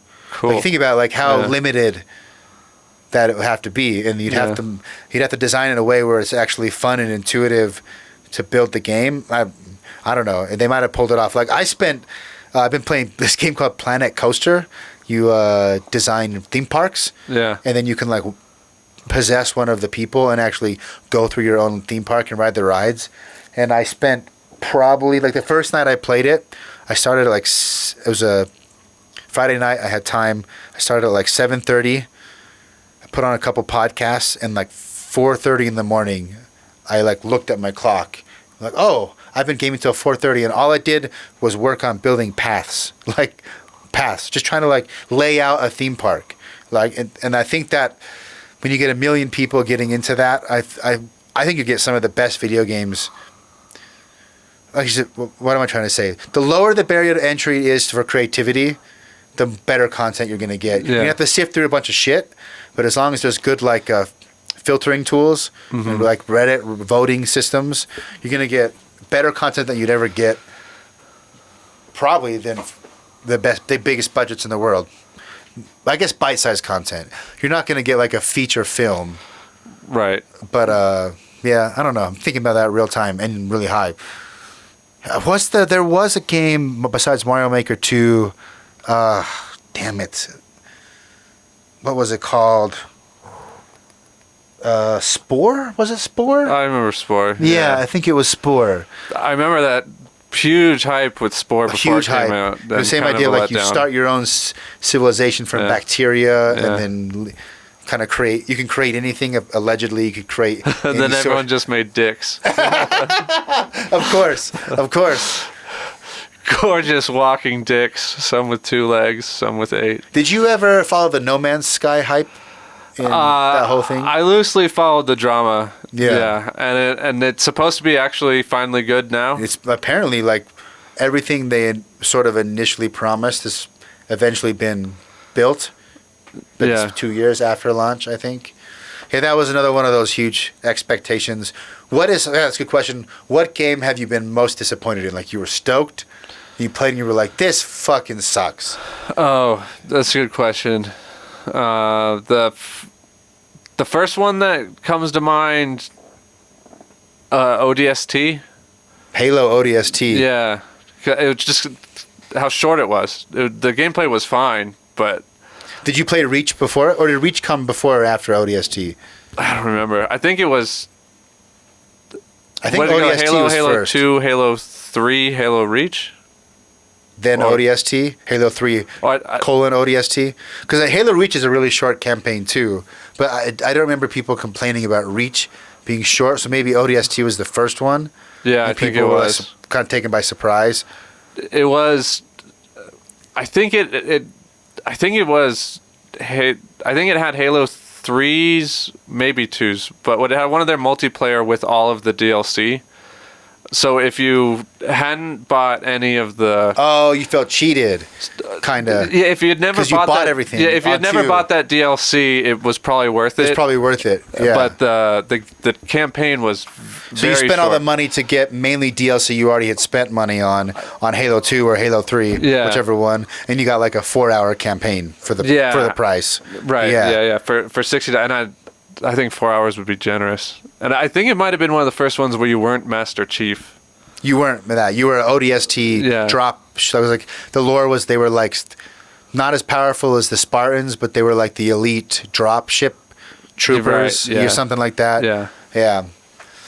Yeah, I didn't play that one. I remember people. Mine would probably be. It's gonna make me sound nerdy. Kingdom Hearts 3, the new one, because they're 1 and 2 are on PS2. I liked them. They're these weird mix between JRPG, like Square Enix characters, and Disney, and an Yeah. incoherent, really weird Japanese. Like they're shitty games in a way, but I don't know. They caught me 1 and 2, and then it was like 14 or 15 years. Did you love 1 and 2? Yeah, I liked them. I would Yeah. say definitely liked them. Some people are Kingdom Hearts super fanatics, right? That's Yeah, I'm one of those definitely not games- one of those. Yeah. Like I thought the story and the world was kind of like weird how they mixed them together, but really I just liked like having Final Fantasy characters in an action setting, and Right. I liked the gameplay mainly. I thought it was like a fun action RPG. The story like got so incoherently weird that I stopped paying attention. But the third one came out after like 13 or 14 years. I bought it launch day, like premium edition. Just 'cause I'm like, oh, this game it's been like 15 years, I think. I mean, it was between 13 and 15 years, forever. And it was just a steaming pile of garbage. Like, and Yeah. I played I spent $80 on launch day to get the collector's edition, played it for like an hour and a half, and gave it away for free to someone who wanted it. I was like, and it just, I don't buy games at launch anymore. Even on PC, the other problem you can run into on PC is Good compatibility policy, yeah. issues. You get it day one, you download it, and then it crashes the first time you launch it. Then now you're on fucking Reddit and Tom's Yeah. Hardware. Wow, okay, so this guy fixed it, but his crashed at a different time. Mine crashes before the logo, so I have somewhat a different problem. I can't find anybody that's talking about theirs crashing before the logo. Now I'm on the Steam forums. Nothing can happen. Now I gotta wait 6 days for a patch. Like, that's also fucking bullshit. Like it just you buy something launch, you pre-order it on PC, Yeah. and then you download it, and it doesn't work. Like nothing can turn you off to a game faster than that. And you want to get angry. Like I get why people get online and they bitch at the developer, because I get it. Like you bought it day one and it like doesn't work. But PCs, like there's just too many. I don't know. So I just wait. Yeah. Just wait till a game's been out 3 or 4 months. That's smart. That seems like more of a problem with PC. Yeah, than but I console. have. Well, that's the thing. Kingdom Hearts, I had crashes and bugs and freezes. Like it doesn't happen near as much as PC, but there have been terrible games at launch for consoles. Like a recent one was Anthem. Do you ever follow the hype and downfall of Anthem? It was EA and BioWare's collaboration project that was like the Destiny killer. Okay. It's like a Destiny type, Yeah. like endless end game content type of thing. But instead of being first person, it was third person, and everyone had like Iron Man suits. I don't know if you ever saw gameplay. You can like fly, basically like Iron Man, Right. unofficially the video game. Yeah, And there's like different I think suits. I've seen video of it. Yeah. There's like the fast class, the bulky class, the middle ground class, like the mage class, and they all have different suits. And on launch, even the PS4 and the Xbox One versions had server problems, crashing, couldn't connect to servers, bugs. Game-breaking bugs where like you couldn't progress, right? Because you're supposed to like in the campaign, this guy's supposed to give you a certain item to open this door, and for whatever reason, he gives you the item, but it's not in your inventory. It gets like, and now you can't progress in the game. Like, just the game was riddled with problems like that for months, and it ultimately killed the game. So it can happen on consoles, but you're right. It's like way less probable. Generally, a console game is going to work for the most part day one. Yeah. It might be disappointing, but it'll work. But it'll work. And yeah, the PCs, like I bought, like I said, when I was saying Planet Coaster, the first time, now it's an old game, so I thought I was safe. But even in the old game, you're not always safe. I bought it was on sale for like $8. The first time I loaded it froze. Or like it loaded to black. Like if the whole screen were to go black, then it would shut and go back to my desktop. I get on like forums, and I found people who had similar problems saying that it would freeze on load, but it wasn't the same problem. So I wasted time like doing their solutions or looking at their solutions, and I realized no one had my solution. So I had to sit and think about it. Like, okay, well it's going up to the screen, and then if I let it sit and not close it, I'd eventually hear the music going. Like it would get through the logo. I'm like, oh, it's running, but for some reason it doesn't like my screen. And it ended up having like it was trying to force full screen on like a weird resolution that that my screen didn't support. So it would crash, go to desktop. But I eventually went to like the .ini file, like where all your settings are at. I googled like where does it store it. I found it. I saw like the default setting was like some weird resolution. I'm like, why? And then I just changed it and it worked. But like you don't have to do that on consoles ever. Right. So that is one sucky thing about PC gaming. The other thing is you have thousands of games that'll be on sale for like $1 or $5. Anyway, well, it's been a super long time. Let's end. What do you think is your GOAT game? Like I know you said Braid was the most emotionally resident, but what'd you say like the best, just overall best game you've played, worst game you've played, and yeah, let's just end there. I think the best is Breath of the Wild. Breath of the Wild. Yeah. Just so charming. How many hours did you put in it? I think 40. It's a pretty solid amount. Yeah. And you beat it, and how much of the side extra stuff did you do? I just about everything. I didn't buy any of the DLC, but I played it a lot. Having the physics engine or whatever is so good in that game. If you see a rock and want to roll it down a hill, it'll go down the hill pretty much in the way that you expect it to. If you think you can do it, you can generally do it. Yeah. Yeah. And so just stone sessions of seeing like a group of Boko goblins and attacking them in a fun Different way. ways. Yeah. Yeah. A lot of time spent not doing what you're supposed to do. Yeah. That's what a lot of people said about that game, and maybe that's what I missed. The initial start was slow. Like just getting the hang glider and Yeah, it getting takes a off long time, and yeah. getting off the cliff. Yeah. Kind of it took like way long for me to get there, and I did feel like a little bit of that magic. A couple of hobgoblin camps where it was like, I wonder if I like threw this in the pot and would it do that, and like, they did it. I forgot what it was, but it reacted. Oh, I spent a bunch of time like cooking because nothing explained about cooking. I was trying to make like something to keep me warm because I need to go into the winterlands, and like I wasted like hours doing it wrong, and that kind of turned me off. Once I figured, I'm like, oh, that time all I had to do, I forgot what it was. I was cooking something wrong or not eating it or following I can't remember what it was. But so many people have said the same thing about that game, that it's one of the most magical, best experiences they've ever played. I want to get there. Yeah, it's great. And then Skyrim's up there too. But then what the worst, when you said worst game, I was trying to think of a bad game that I played a lot of. Did you ever get Chex Quest? We've talked about yes. That seems like something you might have talked about on the podcast. Chex Quest, because it came in. It was basically like old school Doom reskinned with Chex. Yeah. And it came in it was like a couple levels that came with free with your cereal. Yep. We talked about it because it came up in conversation. Did you ever get the Pizza Hut demo discs? Do you remember Pizza Hut? So it was like around the same time Chex Quest was there, and Pizza Hut would give out demo discs for like PS1. Okay. If you got it would just be like 5 games with 1 level or something. But yeah, Chex Quest. Yeah, that was. I played it for like a little bit, but just threw it away because it was free. Sounds like you. I beat it all the way through, figured out every hidden passage. You platinumed it. Yeah, I never had any PC games hardly at all. It was one of the only PC games, and maybe I could sneak and play it during the day or something. Because I was only ever allowed to game on weekends. Not even Saturday you couldn't game? Or Saturday. Oh, no. Friday and Saturday I could game. Where the days are. But I'm pretty sure I could sneak and play Chex Quest. You could only play on Friday and Saturday. Yeah. So Monday through Thursday, no games allowed. Right. Yeah. And then Sunday, probably a smart just move. Moses. Sunday's just Moses. Just the Exodus. Bible adventure. Exodus, yeah. You know what? I probably sucked as a kid, but your parents probably made the right move. I think so, yeah. Because you could... we already went over that. The worst game... Well, I was trying to think of another good... Oh, best soundtrack. I like to hear people that think of best soundtrack.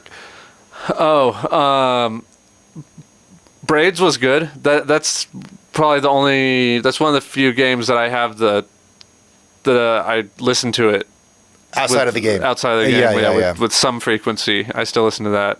It's like good violin, kind of classical music. And Halo, I remember that. The opening theme? Yeah, that monk chant. I remember that being so immersive and world building. That is a very iconic. You could play like 3 seconds of that monk chant, and most people would immediately like Halo. They would know. Yeah. Yeah. That one's great. Only one of those ones come to mind. What game do you thought is the best story, best narrative?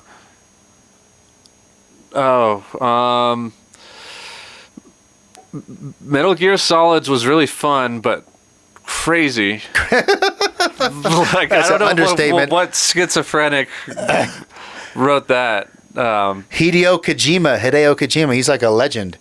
Did you ever see any hype about the game Death Stranding? It just barely came out. Oh, is that the same guy? So he's kind of like I don't know what the film equivalent. He's sort of like a goofy, wacky Quentin Tarantino of the video game world. Yeah. Like, people love him, and whatever game he makes, it's gonna sell a bajillion. But he Metal Gear Solid on the PS1 is the one I'm assuming you're talking about. Yeah. They made a remake of it on the GameCube. No, I mean, I played one a little bit. Metal Gear Solid 2 was the first Metal Gear Solid I beat. That's a PS2 game. Yeah. Yeah, okay. Metal Gear Solid 2, where you start out as Snake, then you end up being the blonde dude. Yeah. That's kind of a whiny bitch. Uh-huh. Yeah. That one is even more wacky. Now I get it. Because there's a scene... John Jimenez brought this up on the podcast. So we'll end with this, because it's I think it kind of ties everything together. So do you remember a scene when you're naked and it gets all weird, and the Colonel guy starts talking gibberish to you. Absolutely, yeah. And Yeah. you're running with your hand over your crotch, and when you do the Yes. flip, you do it in a different way. You get the blurries Yeah. when his legs are spread when you do the cartwheel move. Yeah. So, and then you run through this hallway, and the Colonel guy that's been talking to you like the whole game starts like glitching out like he's a computer program and starts speaking gibberish, and then it like cuts in and shows you weird stock footage of like war and missiles launching. Yeah. And as a kid, we wasn't a kid, but that was really weird and wacky to me. Coupled with the dude that rode roller skates and planted bombs. That was the boss. He's like this bald fat guy that ran around on jet powered roller skates, Right, yeah, dropping yeah. bombs. The game was wacky as shit. The vampire guy that you had to like snipe, but apparently I haven't done this since John brought it up. But that whole section where the Colonel guy is going off, and it's all sort of like a symbolic hot take on American politics and society, and this was done in like the early 2000s. Right. And allegedly, if you go online and read people breaking down what he's implying and saying during that section, a lot of it has turned out to like come to pass. Oh, rad. And it was like it was kind of like he's always had like this weird art housey type. He'll put in weird shit in his games. I remember it being wacky, but being so into every. But being okay yeah. with it. Yeah. Yeah. There's some really weird stuff. That the concept at the end, like Big Shell was a test facility for some like giant AI that was gonna like control. It was just wacky and weird. But the fat guy, I remember the fat guy, that weird spot when you're naked running, and the ending not making sense to me. You fight the president with swords on the top of a building at the end. Is that the one where you have to put the controller in the right? That's well, wait. There's a boss in Metal Gear Solid 1 that you could only beat by switching controller Okay, ports. that's what I'm thinking of. Yeah, that's Psycho Mantis. Yeah. One of the sick. greatest video game moments is So what it is he can read your mind. Yeah. And if you don't do it, eventually the game hints at you like this is what to do. But if you change the controller port, he can't read your mind anymore. And the first time you fight, I did beat that game. Okay, then. Yeah. That's I think the best Metal Gear out of all of them on the PS1. Still wacky, but he also, depending if you've played other Konami games, so the game was made by Hideo Kojima, published by Konami. In that same sequence, if you had other Konami gamed save data, because the PS1 used a memory card, and you had memory, I don't know if you remember, you had 15 blocks. Yeah. Some games would take like 3 blocks or 2 blocks, and you had very little save data. He would also read your memory card.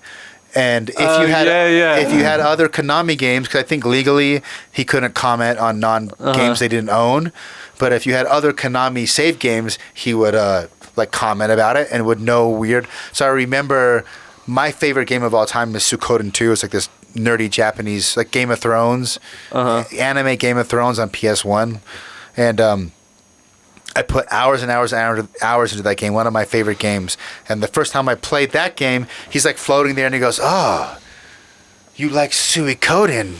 Ah."